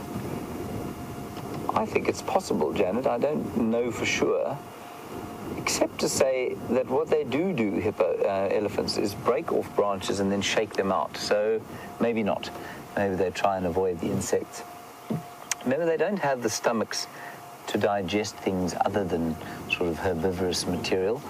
But I wonder if they wouldn't maybe suck on the odd bone, and I know that they engage in geophagia, so they will sometimes eat stones and that sort of thing. So it's quite possible, Janet.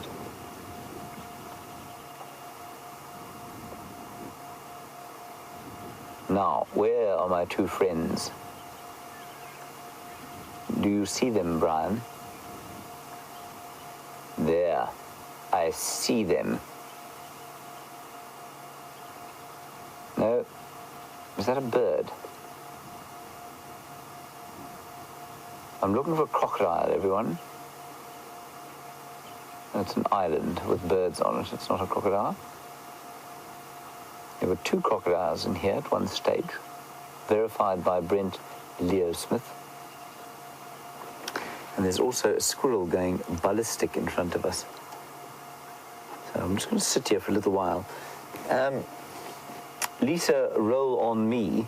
You sent through a question which I have now forgotten because my train of thought was completely arrested by the thought of looking for some crocodiles. So I'm sure it will be returned to my right ear forthwith. Here's an interesting one. You want to know why African people have not domesticated buffalo for consumption? The reason, Lisa, is because they're not domesticatable. Lisa, Africa is full of animals that have evolutionary equivalents in various parts of the world that might be considered domesticatable. Buffalo, horse, zebra. They've never been domesticated. And the reason for that is that we evolved in Africa with those animals. And what that means is that since we climbed out of the trees, since our ancient ancestors climbed out of the trees, they've been flinging stones and sticks and killing and beating up all of the animals out here, and that's why they have a natural fear and propensity to bash us if we go anywhere near them. Now, the same cannot be said, for example, a really nice example would be the ancient ancestor, or the, what is that, right?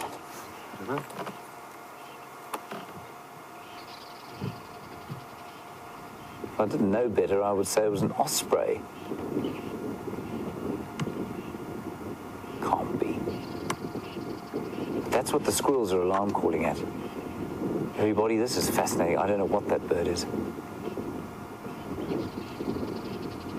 Let me get out my book. So, Lisa, basically, the answer is that the animals here are not domesticatable.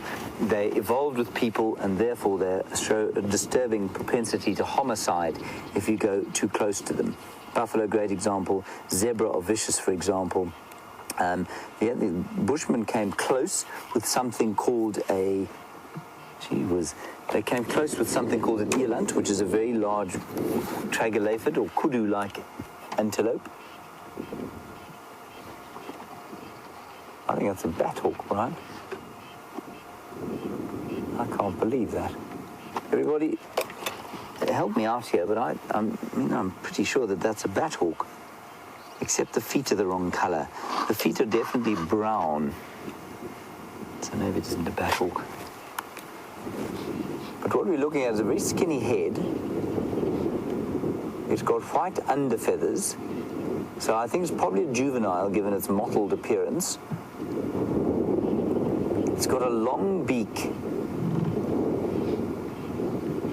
very obviously long beak, not a true eagle. See, it's not feathered all the way down to the bottom of its feet.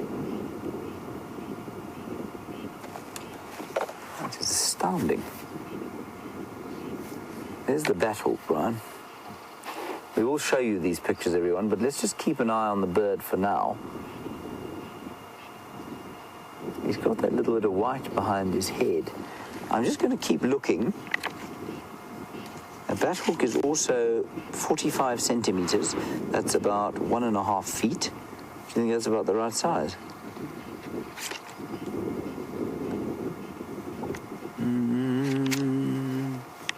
He's too big to be any of the goshawks that we get here, and he doesn't look anything like a goshawk. Or a honey buzzard, maybe. No, they've got yellow feet.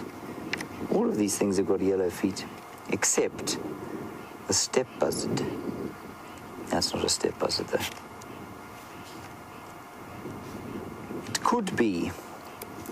It could possibly be a juvenile fish eagle. Maybe 63 centimeters, what do you think? Maybe.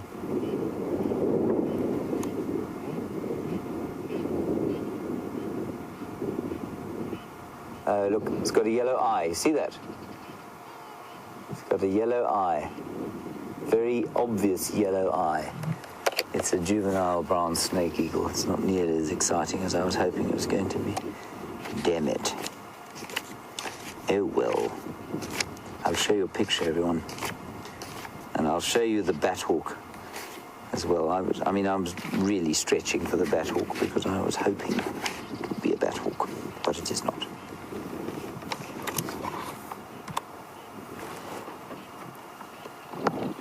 I'm pretty sure it's a juvenile brown snake eagle. There's the juvenile brown snake eagle there. Ooh, he's just turned around. Yeah, I think that's him there. Juvenile brown snake eagle, obvious yellow eye. And he's got that kind of motley brown, and he's probably somewhere between the juvenile and the adult. And I'll quickly show you the bat hawk, which is a very special bird because it catches. Brian, what do you think a bat hawk eats? No, that's incorrect. Try again. Bats. Yes, well done. Yes, that's him there. That's the bat hawk. And I thought it might be a bat hawk simply because it's got that little bit of sort of white there, the back of the head, and that's what I was seeing. That's the juvenile. But I think the shape is wrong, and it's definitely got very pale legs, whereas that thing has got very obviously brown legs. Anyway, he's turned around now, and is now looking much more brown snake eagle-like.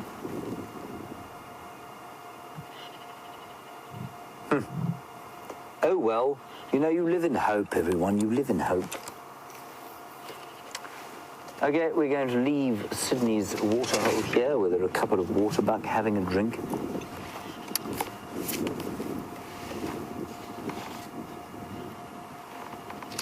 And Safari Dean, just before we leave, you want to know there's a bird's nest in the water. Oh, I see what you mean. Yes, there's one that's fallen out. In the trees there are some red-billed buffalo weaver's nests, say that, after a morning without coffee. Red-billed buffalo weaver. And just below there, Safari Dean, you've noticed exactly that one of the nests has come out. And just beyond that is a, Brian, crocodile. Do you see it? It has just broken the surface. Ha! And has sunk down again.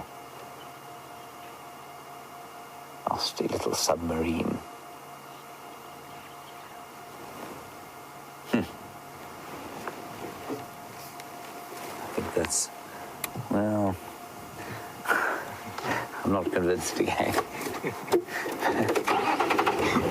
It looked like a crocodile on the screen, but it didn't look so much like a crocodile when I looked at the water.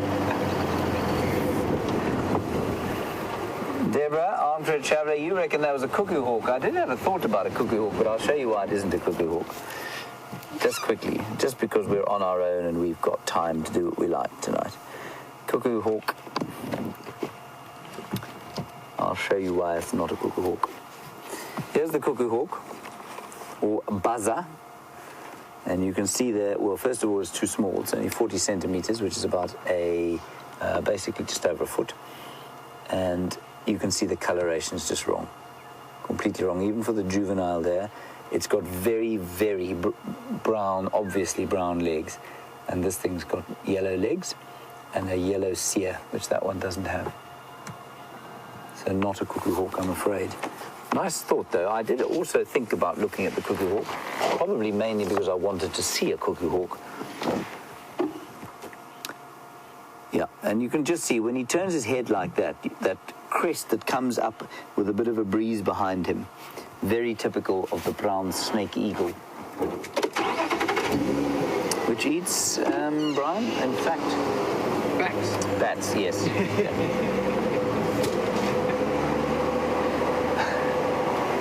Exactly correct. And you're a genius.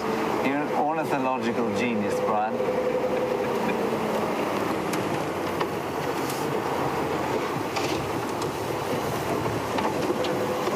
Yes, Gracie, don't worry.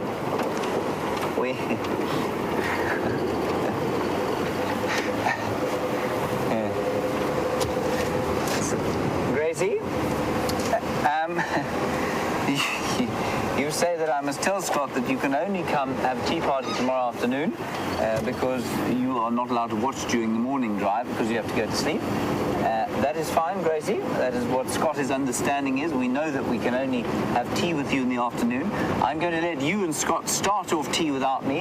Apparently you're wearing your Cinderella dress. That's marvellous. Good idea. I'm sure Scott will be most impressed.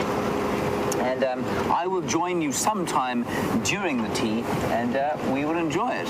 And I'll be interested to know what Scott is going to wear to the tea break. I think, without question, it will be well worth waiting to see. So I'll see you at tea, Gracie.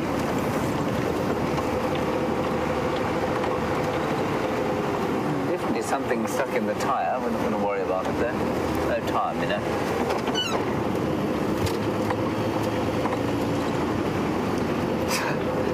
Simon, any chance of finding a large owl or two this evening? Simon, absolutely, we'd do our best to find a large owl or two. I would very much like to see a large owl or two. I'm kind of a little suspicious about it because I haven't seen one for a while. But large owls we could see, which totally unrelated to the European roller sitting over there. Large owls we would see would include a giant eagle owl with its little pink eyelids, a spotted eagle owl, which is a bit smaller with yellow eyes. Looks like sort of a standard issue picture book owl. And then we might also get large owls that we'd get. And we get much smaller ones, the white-faced scops owl, sort of medium-sized, and the little scops owl, barred owl, and pearl-spotted owl are obviously much smaller. Isn't it lovely, that blue colour? Wonder if he's not disguised like that in the same way that the, I see, Louise is just saying we can see the tooth on the edge of his beak, which is used to impale his insect prey. I've always liked the word impale. Don't you think it's effective, Brian? Impale. But his coloration is very much like that of, say, I don't know, I guess a Spitfire, the fighter plane of old, which was coloured blue underneath so that if you were looking up trying to shoot at it, you couldn't see it, and if you were looking down at it with the same intent, perhaps in this case, trying to grab it as a hawk or an African hawk eagle or a falcon, he'll look a bit camouflaged with all of that brown on his back. It's maybe. What do you think, Brian? Do you think it's possible? Yeah, potentially. Possibly, maybe. Potentially, maybe. Good, on we go. Watch out there, bird. Impale.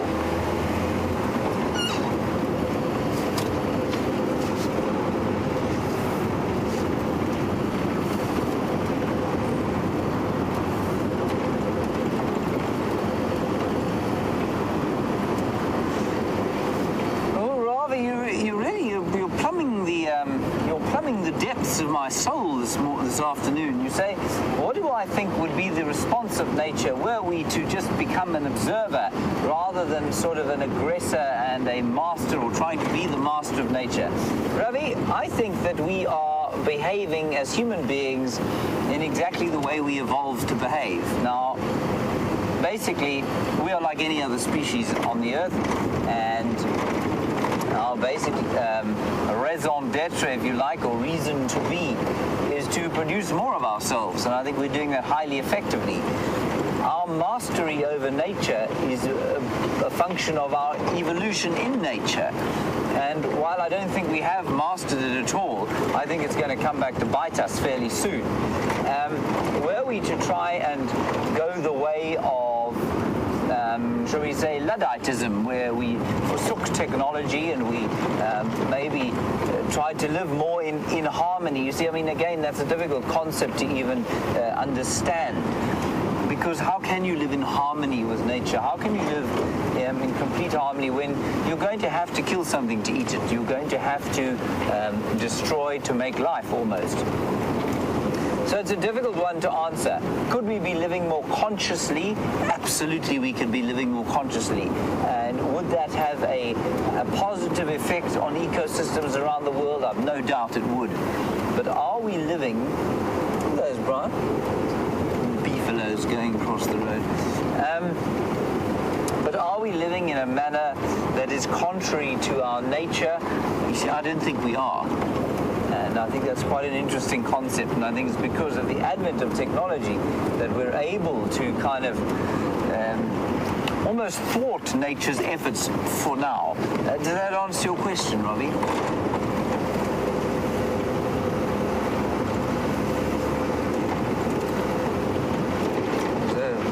Difficult subjects, and of course hundreds of people will have 100 different answers to a question like that. Very nice.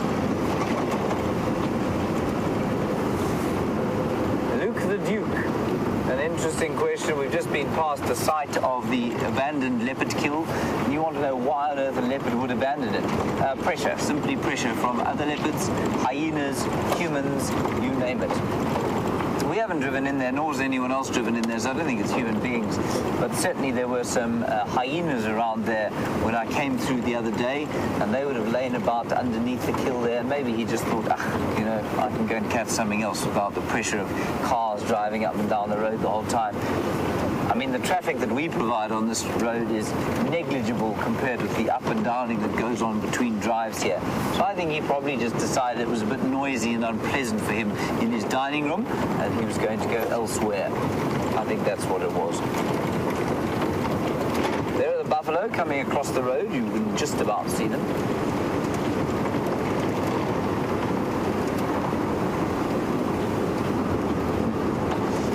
Lovely question from Robin in Maryland about using my word of the day, impale.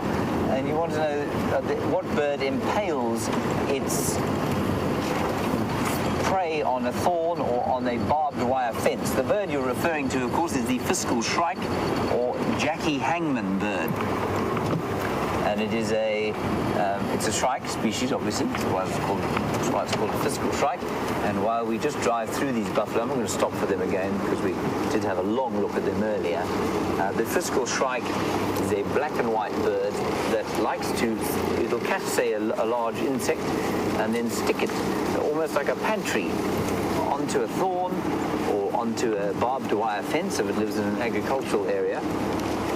And it's called now a common fiscal. It's not even called a shrike. There's a little one, Brian. There's a tiny little one. Don't run away, little one.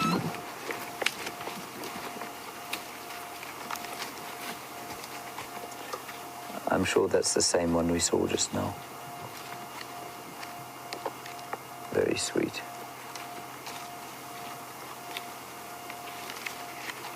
Looks deeply confused with life, and already, as Louise is pointing out, its horns are starting to erupt.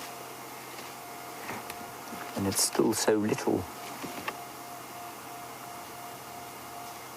Probably only, must be maybe a month old then if its horns are coming out already. But Mum is starting to lose condition. And it's the first time I've looked at this herd of buffalo and thought, things are perhaps getting a bit tough. The cattle out in the communities at the moment look like sort of warmed up death at the moment. Bones sticking out all over the place. And until fairly recently, I felt like the buffalo were actually doing okay. But at the moment now, I mean, if you look at that lot, their hip bones are starting to show. So I think times are not easy for them. Robin, there's the common fiscal, or the fiscal shrike. And he's also got the tooth, that was typical of the shrikes and the rollers, and he will impale his prey on a thorn or on the barbed wire fence. Very nice. Impale, Brian. Try and think of other pleasant words. While we are driving along alone, it would be very nice if you would send through perhaps your favourite word, your favourite bush word, your favourite word that relates to the bush felt out here. Hashtag SafariLIVE, questions at WildEarth.tv, or on the YouTube chat function. Your favourite bush word. Elephant, lion doesn't count unless you're less than 30 years old.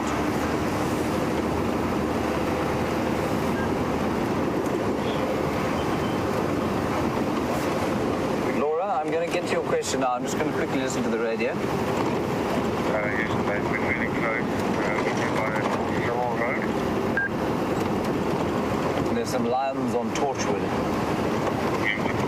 Torchwood is the reserve to the east of us, and we are not allowed to go there at this stage. Laura Craft, you want to know, do I think all animals see in black and white? Animals don't see in black and white so much as being color blind. Now, I think, Brian, it was you who was telling me that it's greens and blues more that they see. And things like red, for example, are almost invisible to them. Well, certainly the reds or chestnuts of an impala or a nyala will be very difficult for a predator to see. But it's a variation, Laura. It's not a blanket kind of color blindness.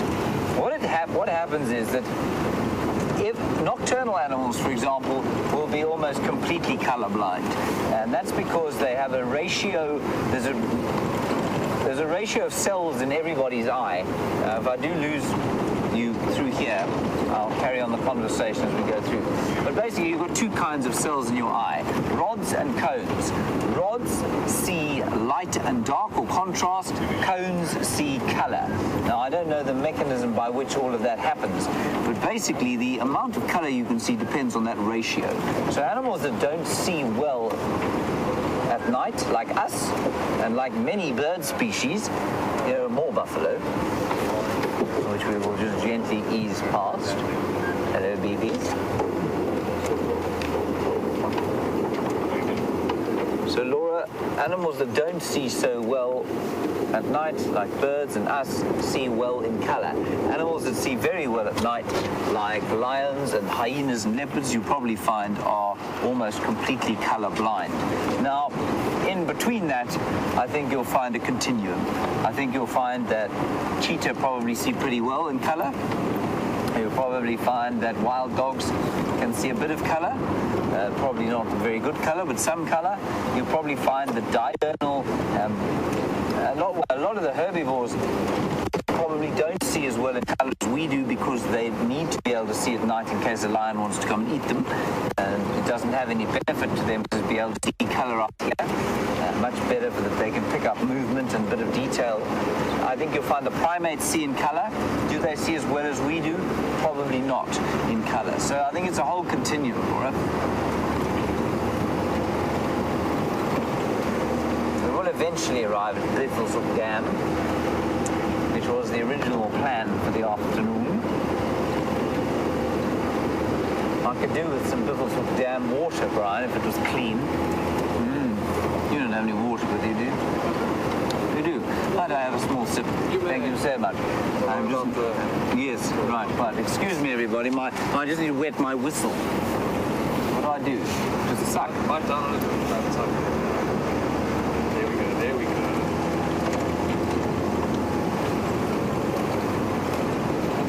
Brian, thank you so much. You're welcome. Buffalo. More buffalo. Yes, hello. You're deeply aged. Yes, I know. Yes, I'm talking to you. Yes, absolutely. I think you offended him. I think I did. I think he was deeply offended by me. Did Louise say something to me?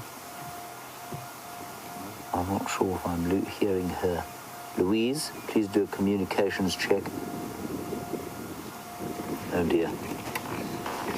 Ah, there we go. We've got her. It's all okay. All right, enough of buffalo for today. Sorry to offend you, old fellow, but you are quite old, really.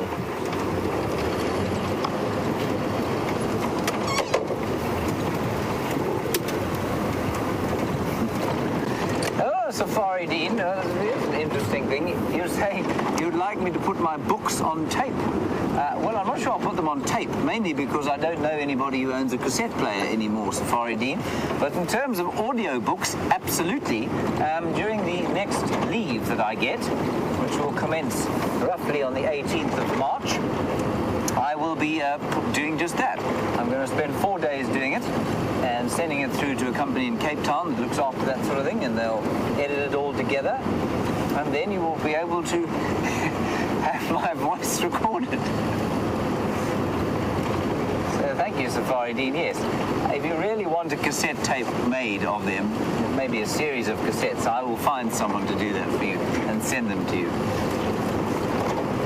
But given the fact, Safari Dean, that you're sufficiently technologically advanced to be watching this live stream, I think you'll probably handle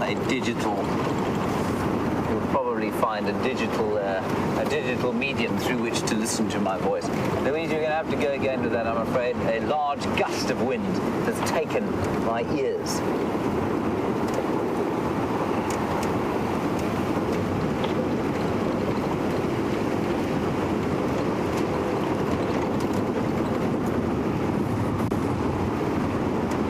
Right, there are some zebra in American, zebra in English. Ah, perfectly poised, Brian. Pity about that leaf in the way, isn't it? Wow. Shot's ruined. Shot is absolutely ruined. Can hardly tell what they are.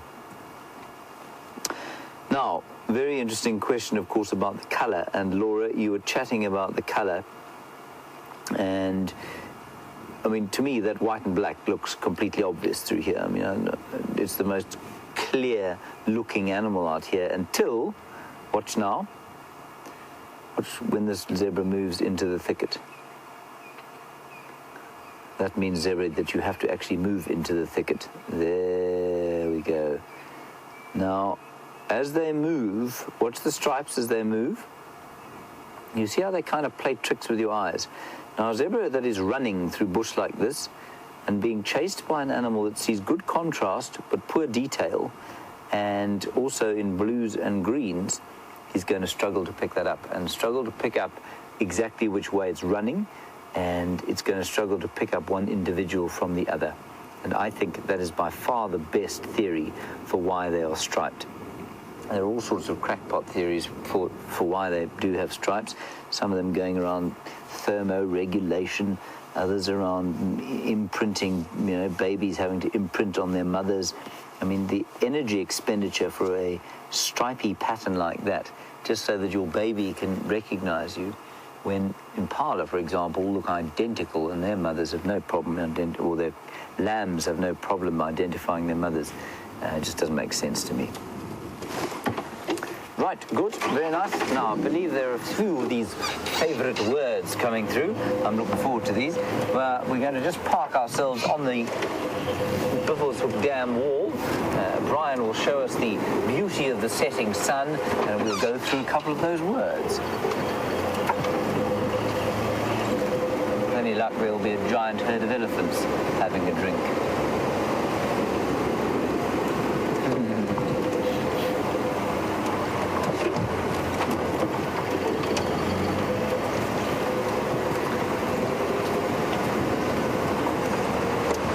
Bethany, apparently you say I think it's a wonderful word. I love this word too. You say your favorite bush word out here is Sisyphus. Sisyphus, I think Sisyphus is a great word, and I think many of you said that you thought Sisyphus was a good word. Nigel, I think you said tranquil. Very nice, also very nice. And then Susie, you said lalapansi. Now lalapansi is the Zulu word for sleep, or go to sleep, lie down, sleep down. Ooh. We have action, everybody. 2 saddle-billed storks winking, hunting at the waterhole. You just ease my way onto the dam wall here. It'd be very nice and Vula would just show his face here. It'd be marvelous.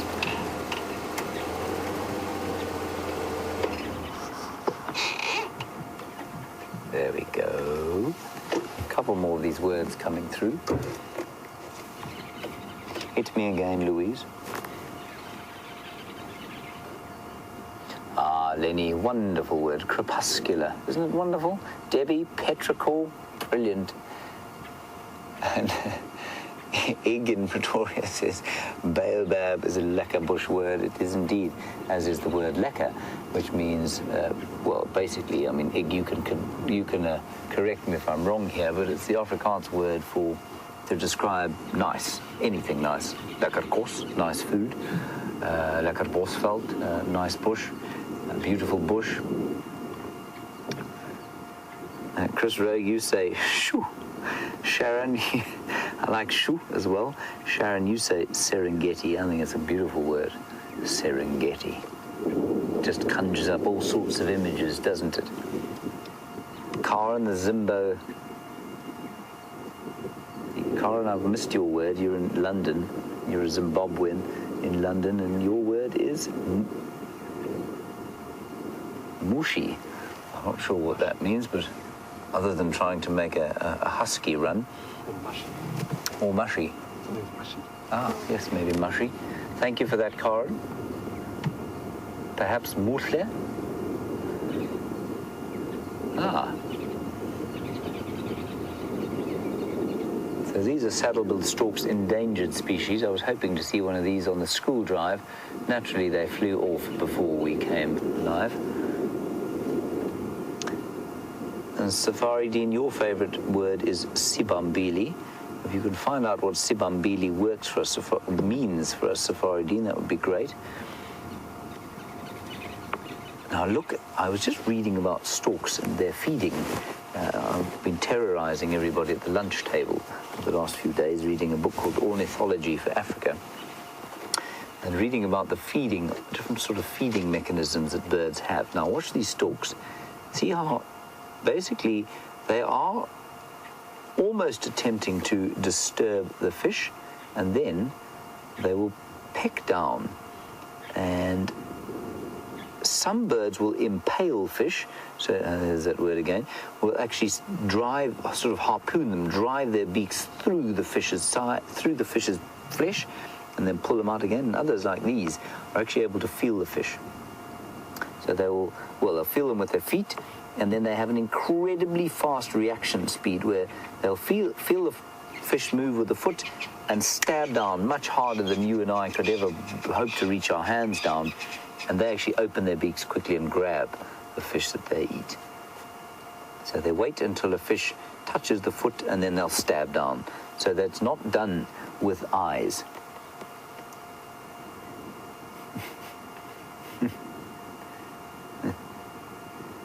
Rusty Pipes, I think you're asking this on behalf of Scott Dyson. How do you say, can you believe it, in Swahili? I don't know, Rusty Pipes. I'm no idea how to speak any form of Swahili.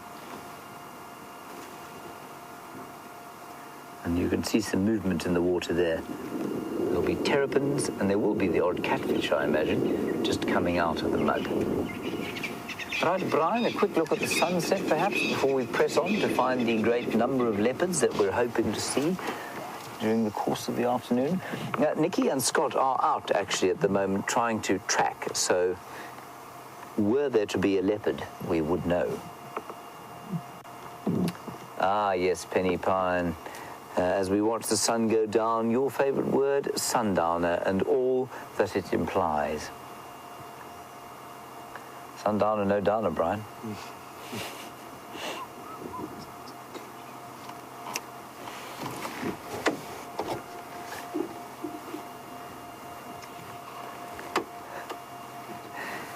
Carol in Nebraska, of course, you've come up with the ultimate safari word, favorite word, that being the word Hendry, which is, of course, synonymous, you say, very kindly, with a good time.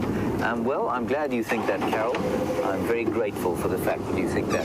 Little breeze coming up out of the southeast now. We're going to move down into this dip here and see if we can find something of interest. I'm still waiting for Mvula to pop out here at some stage. There's a grey go-away bird there, and he's been sitting in this tree for the last little few days. And, of course, while we're sitting there watching the beautiful grey go-away bird, Brian, do you think it looks like anyone in particular? Yeah, maybe. Who, Brian? Do you think somebody whose birthday it might be today? Potentially. Who? Maybe Stefan Winterboer. It looks a little bit like Stefan Winterboer, doesn't it? Steph and Jamie also. It's definitely not good looking enough to be Jamie. But Jamie and Steph share a birthday today. Jamie, of course, is now, well, I'm not allowed to tell you how old she is, of course. That would be rude. Stefan is, well, he's reached the same age as I am now. But, we don't mention either. Now, that very spectacular little bird, very clever bird, is eating the buds off that acacia tree. So where the giraffe and elephant have taken the leaves off, so those leaves have tried to recover and they've put out buds. And very nutritious they are for the grey go-away bird, which you can hear saying when it was compared to Steph Winterboer. Steph, of course, does not have hair like that anymore. He and I both suffer from, well, you know, we suffer from general hair loss. It's a sad state of affairs. Brian, you don't have the same problem, do you? No, yeah, not currently. Brian, of course, has the hair of the Birmingham boys. Long locks.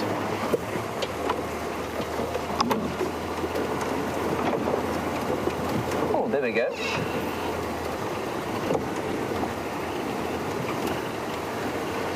And Chris Rogue, you say the loggerhead bird or butcher bird in the United States also is a, well, very like the shrike, will impale its prey on thorns and on fences. And that's not all you said, Chris Rogue. You said...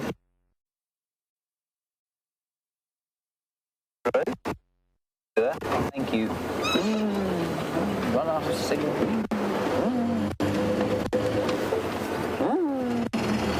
Brian, do you think we're live again? I think so. Oh. No, I never know. Oh, you never know.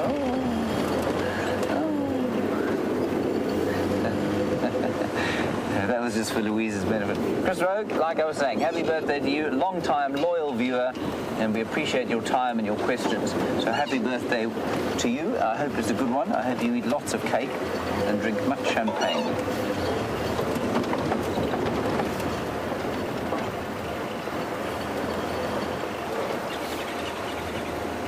There are the call of the red-billed buffalo weaver. But I don't want to see a red-billed buffalo weaver now. I want to see a leopard.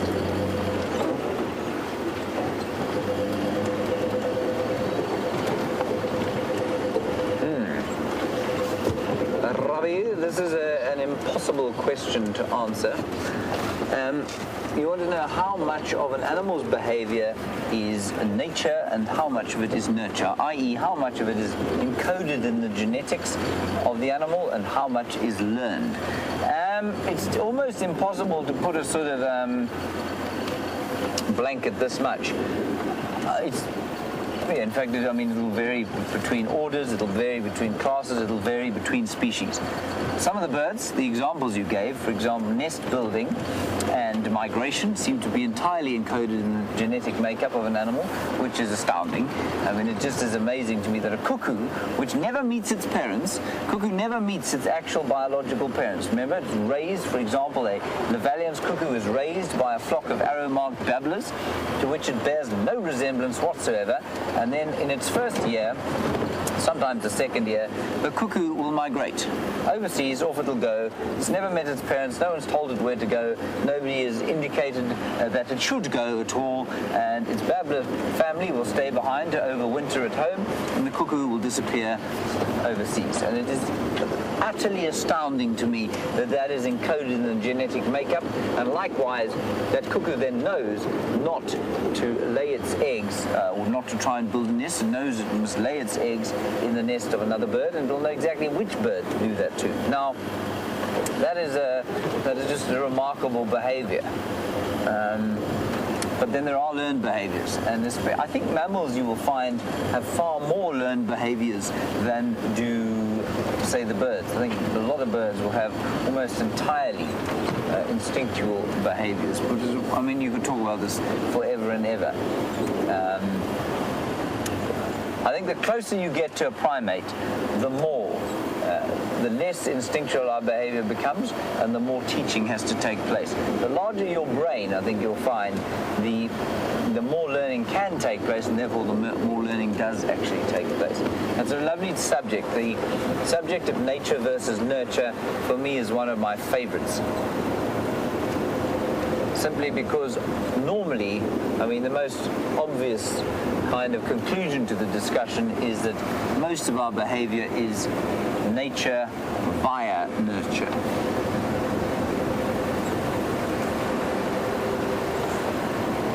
Now, Kaur and Zimbo in London, you say you saw grey go-away birds eating a certain kind of berry, whose name I did not hear. Luisi, can you go with the berry's name again, please? Syringa berries. Syringa berries, of course, the syringa plant is a plant that was come from India, that lives in South Africa and obviously in Zimbabwe, probably lines the streets of Harare. And it has a delicious smelling blossom in the spring, and then it produces a foul berry that is toxic to a human being, certainly. But you say you've seen grey go-away birds eating them. I suspect it's just because they don't have a digestive system that is affected by whatever toxin it is. Remember, lots of animals will have different digestive systems, and you look at something like a porcupine or a black rhino, which can eat tambuti. Tambuti, of course, is totally toxic to human beings. You can't even cook on the meat, at least on the wood, without causing death in a human being. But those animals can eat them. Brian, look at that beautiful picture I found you. Oh, thank you. Yeah. I do what I can for you, Brian.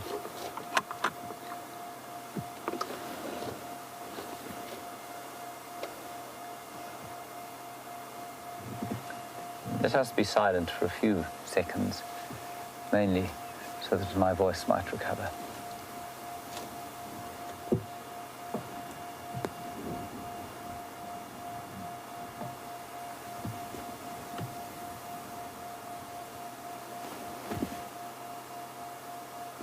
Just listen to the wind. Take a deep breath in through your nose, maybe try and focus on the screen or shut your eyes and just inhale deeply. And try and smell a little bit of this ancient land. Try and get some of the ancient dust of Africa into your nose. Let it infuse you with the peace of this wilderness. That is, of course, why I live out here.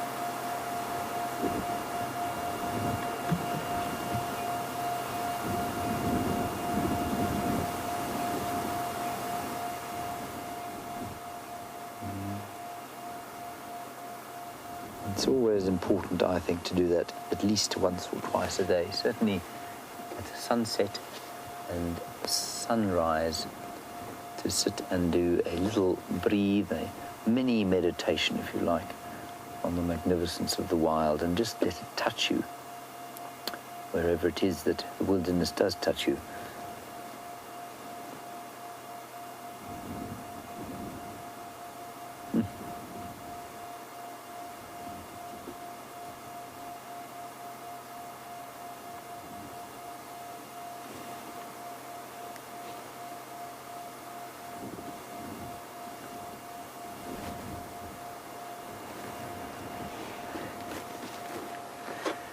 Alrighty, everyone, let's carry on along the road here. And we'll keep looking at the sun as we go.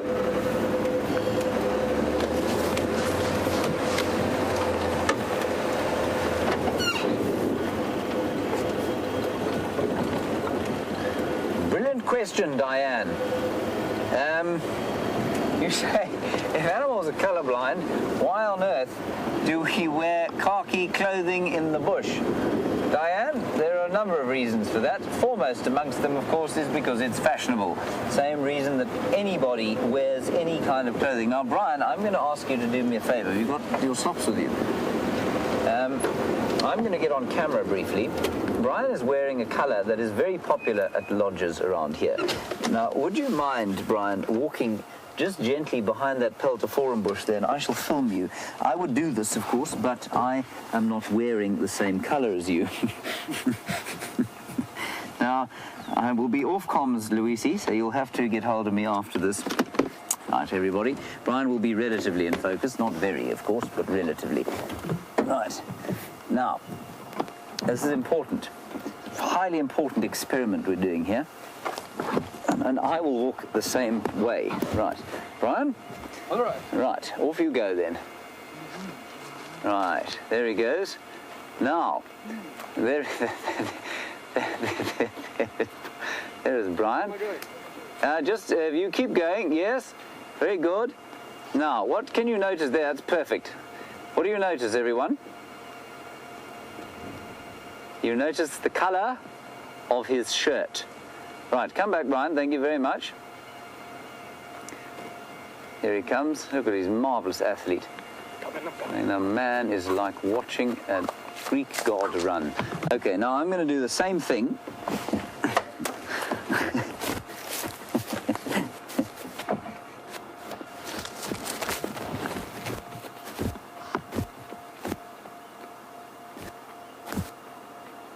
What you will notice, I think, I won't talk to you now, you won't hear me.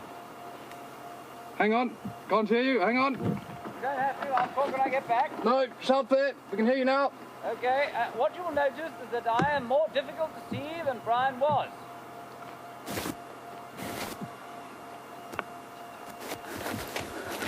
Bennett.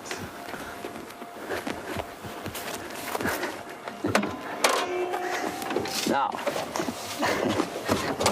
this wonderful question about the colours. I need to just plug Luisi back in, otherwise I'll be in trouble. Okay, Luisi, I'm back. So, as you saw, Brian's colour was much easier to see, I think, than this one. Okay? And that's because Brian's is a very common khaki colour worn out here. Khaki is not actually the best colour to wear out here. The best colour to wear out here would be grey. Like an elephant is almost invisible in the bush. And it really doesn't actually make a huge difference what you wear as long as your clothes don't reflect light. Brian's colour does reflect light. But if you were to wear blue, a dull blue, it wouldn't reflect light. In fact, pale blue is a very good color to wear out here. If you were to wear kind of a chestnut brown color like an impala, also, if it didn't reflect light, that would be fine. You could wear a kind of a dull yellowish mustard color if you wanted to. You could definitely wear green if you wanted to. But if you were to wear something that reflected a lot of light, then animals would be able to see it more. I still don't believe, however, that animals will react that adversely. If you go on a walk, however, and you're going to approach big game on foot, it's best to have a neutral color that doesn't reflect light.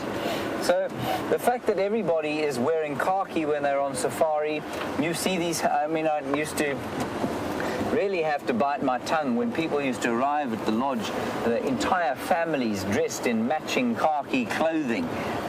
But I mean, they stuck out like sore thumbs because it was made of that kind of that sort of semi-waterproof, sweaty material that allows you breathable material. But I mean, it shines like a beacon if you stand in the sun. And so this whole thing about khaki clothing is largely just for the fashion industry, to be honest. So I hope that answers the question, especially with our little experiment. Well done, Brian. Good job. Good job.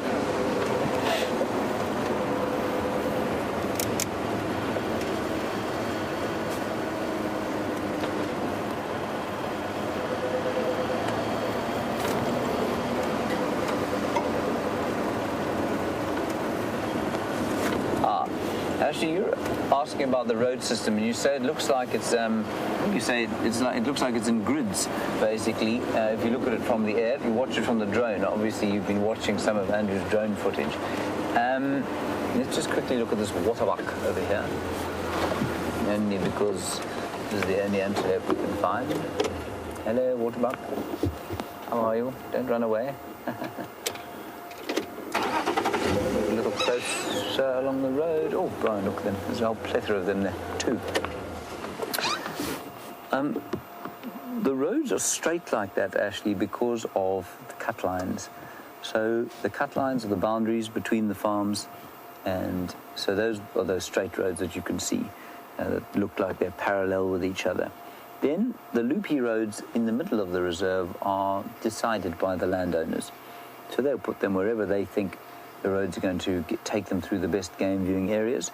Often they were placed many, many years ago when we didn't know nearly as much about kind of the correct place to put roads in order for them to reduce erosion.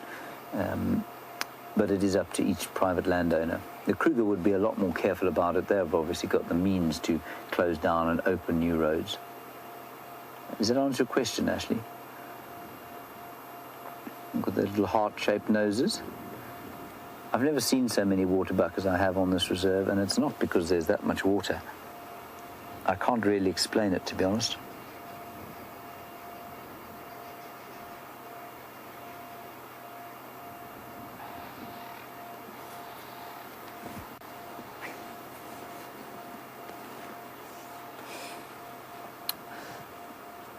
Now, Shaz, you're in Memphis and you are worried about natural redheads and how they would be seen in the bush. Well, there's actually quite a really good answer for that. I mean, I was thinking about making some sort of facetious comment about redheads, but I'm not going to. Shaz, redheads, of course, are exactly the same color as female nyala, basically. Well, depending on your shade of red. You could be deep l'orange all the way down to a fairly dull auburn. But either way, remember how many animals out here are exactly that color. The impala, the nyala, what else would be that kind of orangey color? Impala, nyala, the most obvious ones. I mean, you could go as far as a kudu, I suppose, if you were just slightly red. But those colors are brilliant out here because they are...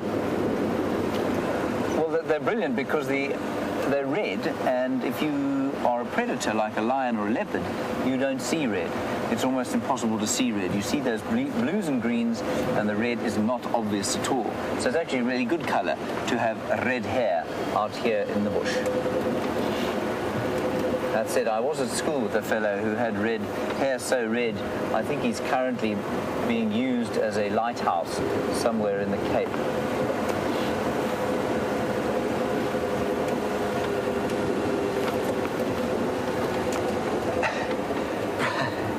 Teresa? Brian is wearing flip-flops and has long hair, and maybe that's why he was easier to spot. No, Teresa, that is definitely not the case, but it is possible that he was easier to spot because he's twice the size that I am. But I don't think so. I think it was the brilliant experiment we set up, rather. Don't you think, Brian? Yes. But Brian is, Brian in a crowd is certainly more obvious than I am. Yes, and thank you, Louise. Brian apparently is like a kudu, and I am like a steenbok. Thank you, Louise. That is very kind of you. which side of the toast you are buttering now.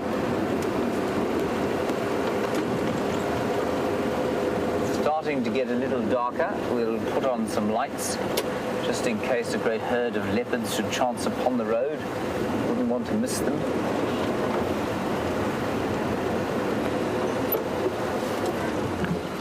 Now, that is interesting. I don't know what's done that. I don't think that's an elephant. See how low down it is? You see how the bark has been stripped off that knobthorn tree, everyone? That is very common for an elephant, and in fact that tree has been denuded a little higher up by elephants. But that low down, I wonder if buffalo hasn't had a go at it. Rubbed his horns against it maybe, just so much that it's eventually rubbed the bark off. You see the tannin, you can see that red tannin there.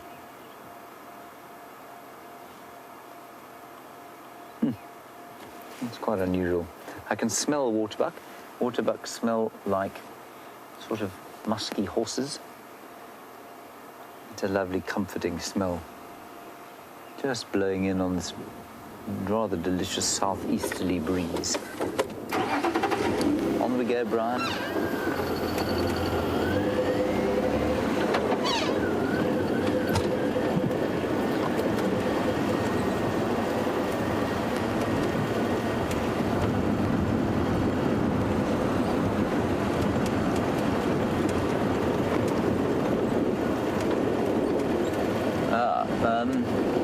Wendy, you would like me to go past the bush baby nest that Scott had yesterday. Yes, I think we can probably do that, if I can find it. I know it's on Zoe's road, I'm just not sure exactly where. I'll try and get hold of Scott and find out from him. We know of 3 bush baby nests on the reserve, but we can definitely try and find the one that Scott went past. We're at the other end of the reserve at this stage, but we'll go around that way. Good suggestion, thank you, Wendy.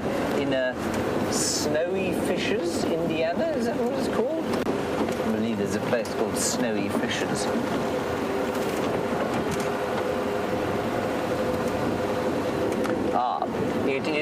It is snowy in a place called Fishes, which is in Indiana. Thank you very much. Wendy, I hope it warms up a little for you there. The weather today was just positively marvellous here. It wasn't too hot, was it, Brian? No. Unlike the cooking of the midsummer. Let us head down this road into the setting sun, the last embers of the day. Janet, has this summer been hotter than normal? Janet, this summer has been the hottest summer on record. Since records started being kept in 1904, this is the hottest summer since then. And worldwide, as Brother Leo told us as he claimed his Oscar, how true this is, I'm not sure. Apparently, this year was the hottest year on record in the world ever.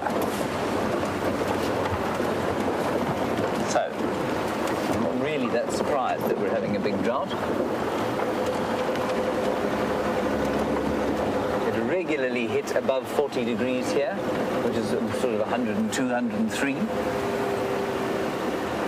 And that would be relatively okay if we'd had any rain, but of course we haven't.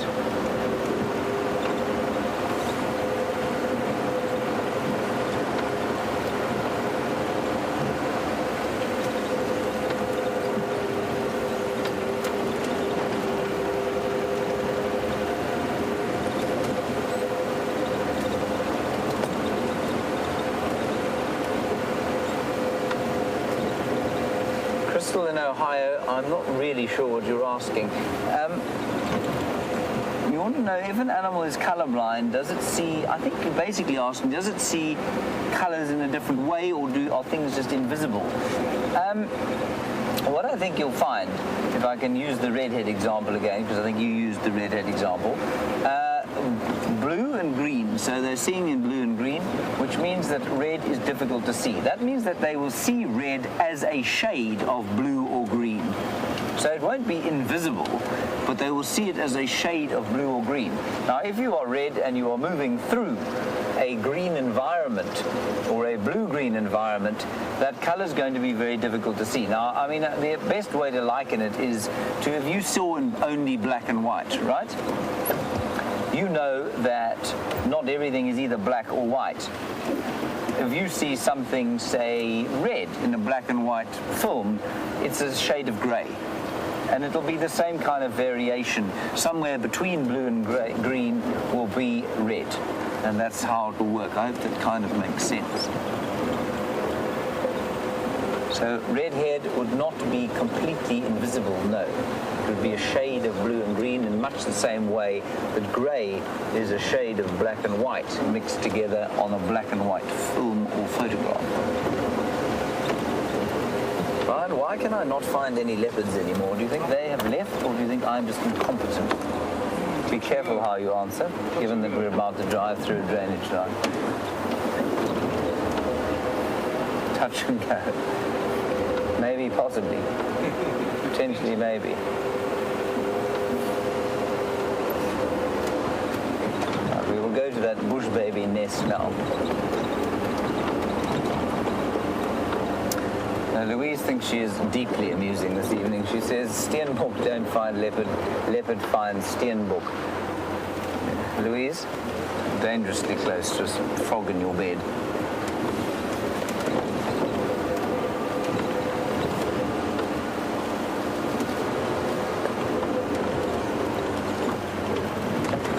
Okay, we're going down through the Umlulwati drainage line now, where we may lose signal. If we do, I'm sorry.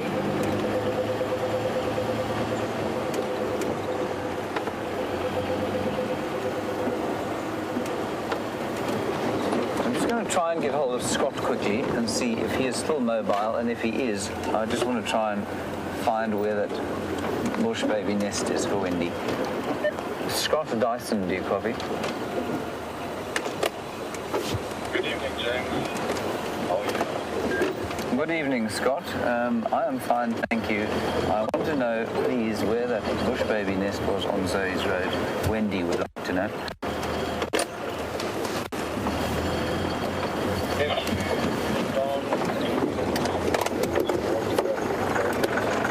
At the Poaching side, there's a small bush, it's either a bush willow or a silver cluster leaf, just on the side of the road. I'll come there now and I'll be there now. Good grief. Okay, copy, thank you. Scott is going to meet us there, everybody. He's going to tell us. He's going to show us exactly where it is. Perfect.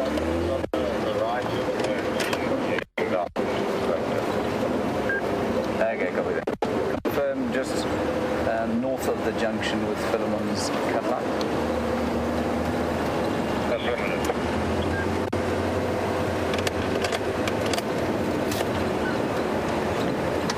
Right, I think we should be able to find the bush baby's nest with the help of Scott.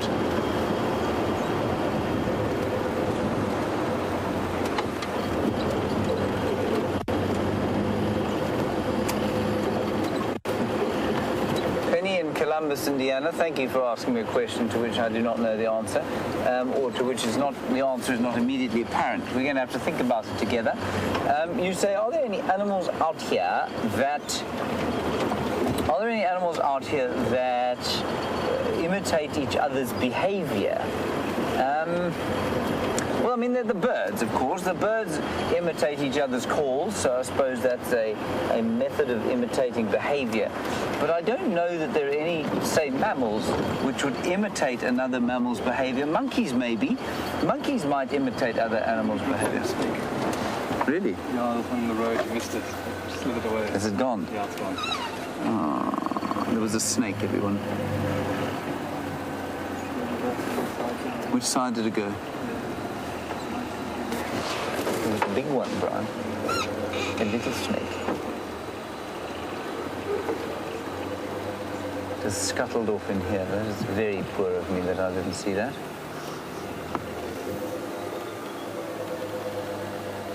Oh, alas and alack.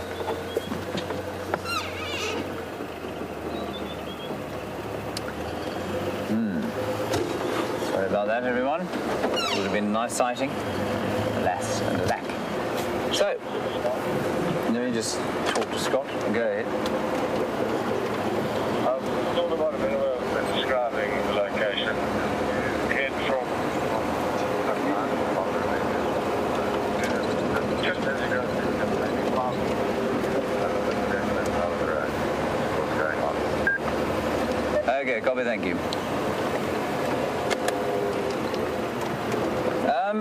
So, monkeys. I think monkeys will probably imitate others. They probably imitate human behavior when they're about humans. I would think, again, the closer you get to a human being and an animal like a chimpanzee, they will be able to imitate human behavior. Would an impala ever imitate a kudu? No, I don't think so. I don't think it's possible. Would a leopard ever imitate a lion? No, definitely not. Interesting one. Thank you, Penny. I'd be very interested to know if you thought that I was wrong, or if there were some other animals that maybe do imitate each other that you know of. Now, I'm going to keep my eyes to the front in case there's another snake.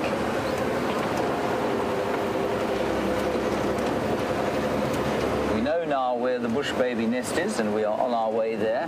Wendy, do not go away. Do not leave your screen for 1 second. There's a scrub hare. We will have to come back to that scrub hare. We'll possibly find another.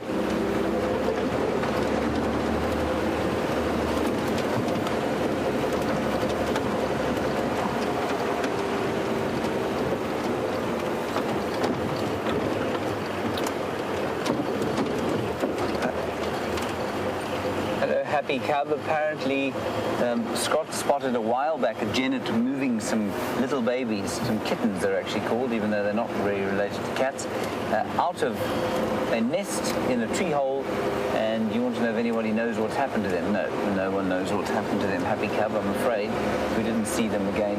Genets, you know, because we don't spend a huge amount of time out at night, the equipment is not kind of designed for long sojourns of night driving. I think we miss out on a few of the night species, so genets and civets and servals and perhaps African wildcat. And obviously we are working on that and attempting to do a lot more during the night. And I think what we will find is that things like genets and civets and those amazing animals of the night, like aardvark even, I think we're going to spot a lot more of them when we spend a bit more time out at night. I don't know if you heard as we went past that. I don't want to stop. I just want to try and get to this nest quickly. I don't know if you heard there's some cicadas still calling. As we're going slightly into autumn now, but I think that little bit of rain we had has perhaps caused the last-ditch attempt by the males to have a mating opportunity before the winter sets in.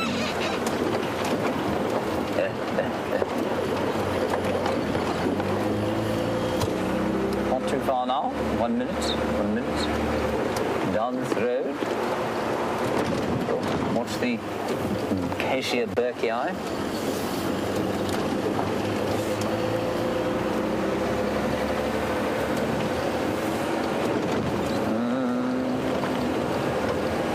Through the drainage line. It really has been a perfectly temperatured day today.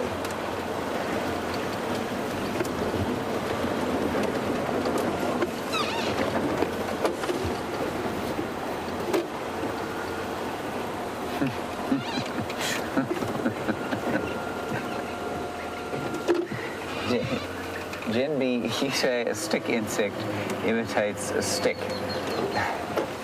Yes, it does help. Thank you, Jen B. I think this is the tree here.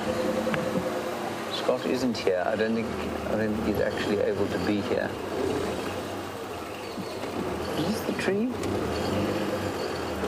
He said just sort of eye level. I don't see a slit here, though. It might be on this side of the tree, though.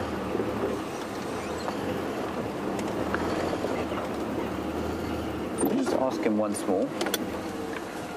Scott, confirm in a knobthorn tree? I don't think so, James. I think it's a silver cluster leaf.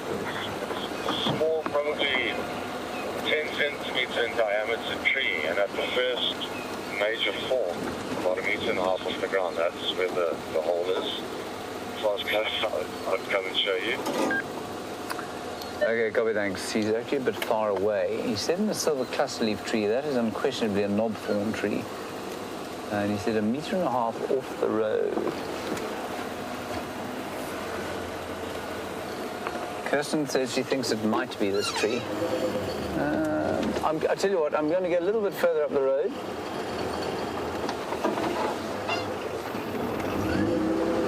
It is this tree. She's not sure. This is deeply unhelpful, Kirsten, thank you. A little bit further up. Well, here's a big tree here. Here's a big tree here. It didn't say it was the big tree. This tree might be a bit large.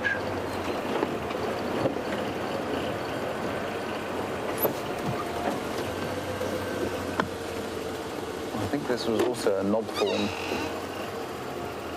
What we'll do is, I think he was coming down the other way when he saw it.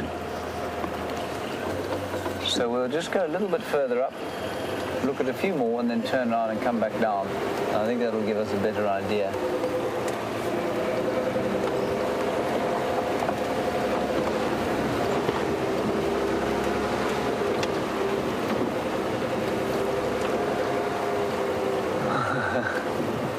Teresa, you say a pangolin would be nice around now. Yes, I agree. I think anything would be nice around about now. Don't you, Brian?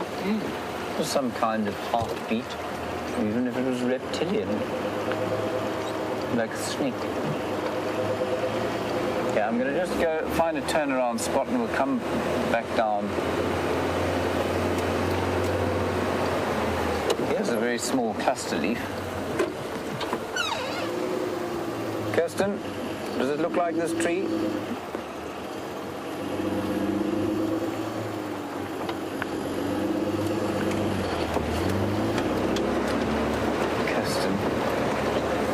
We've definitely gone too far now.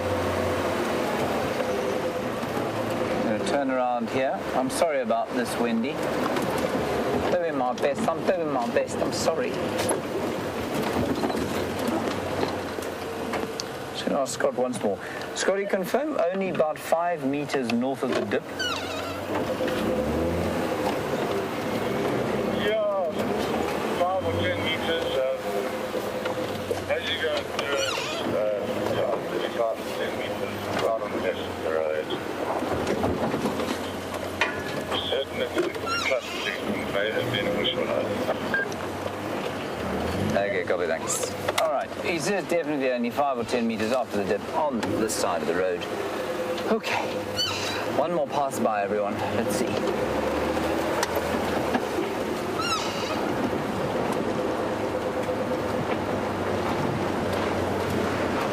Here it is.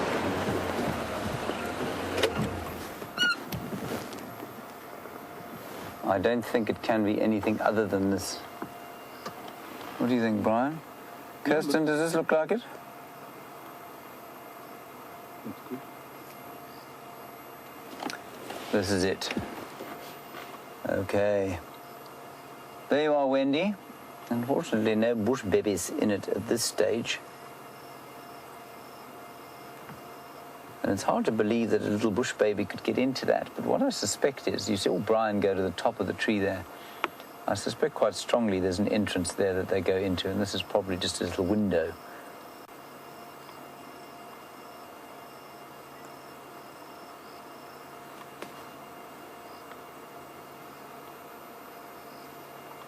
Cool. Well, there they are. At the moment, it's just a hole in a tree. That's a pity. It will. Can't win them all, Brian. Sometimes you don't win any. Right, there we go. I'm afraid, Wendy, that is the best I can do on the bush baby front at this stage. It really does astound me how little it took. Because, of course, during the height of the drought, and I'm sure it will happen again during the winter and during the dry season that we're heading towards, this will be a hive of marvelous, interesting activity and conflict for water.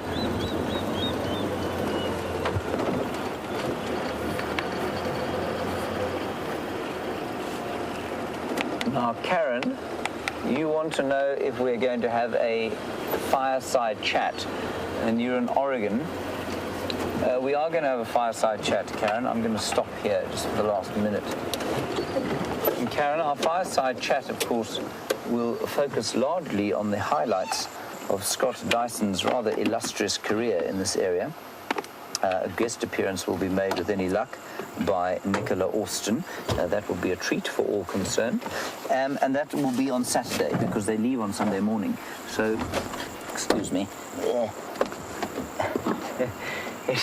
It will be on Saturday that we have the fireside chat, and we'll show highlights of Scott's kind of career here. We're hopefully going to try and find his first drive, which I think will be thoroughly amusing, especially when you see the highly accomplished presenter that he has become. Certainly I've learned an enormous amount from him. That's it from us tonight. Thank you, Brian. You've seen us for 3 hours.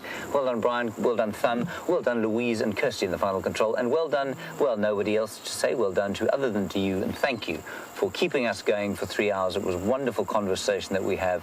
We will see you tomorrow at 05:30 when the dawn breaks here in the magnificent wilderness that is the Kruger National Park. Until then, bye-bye.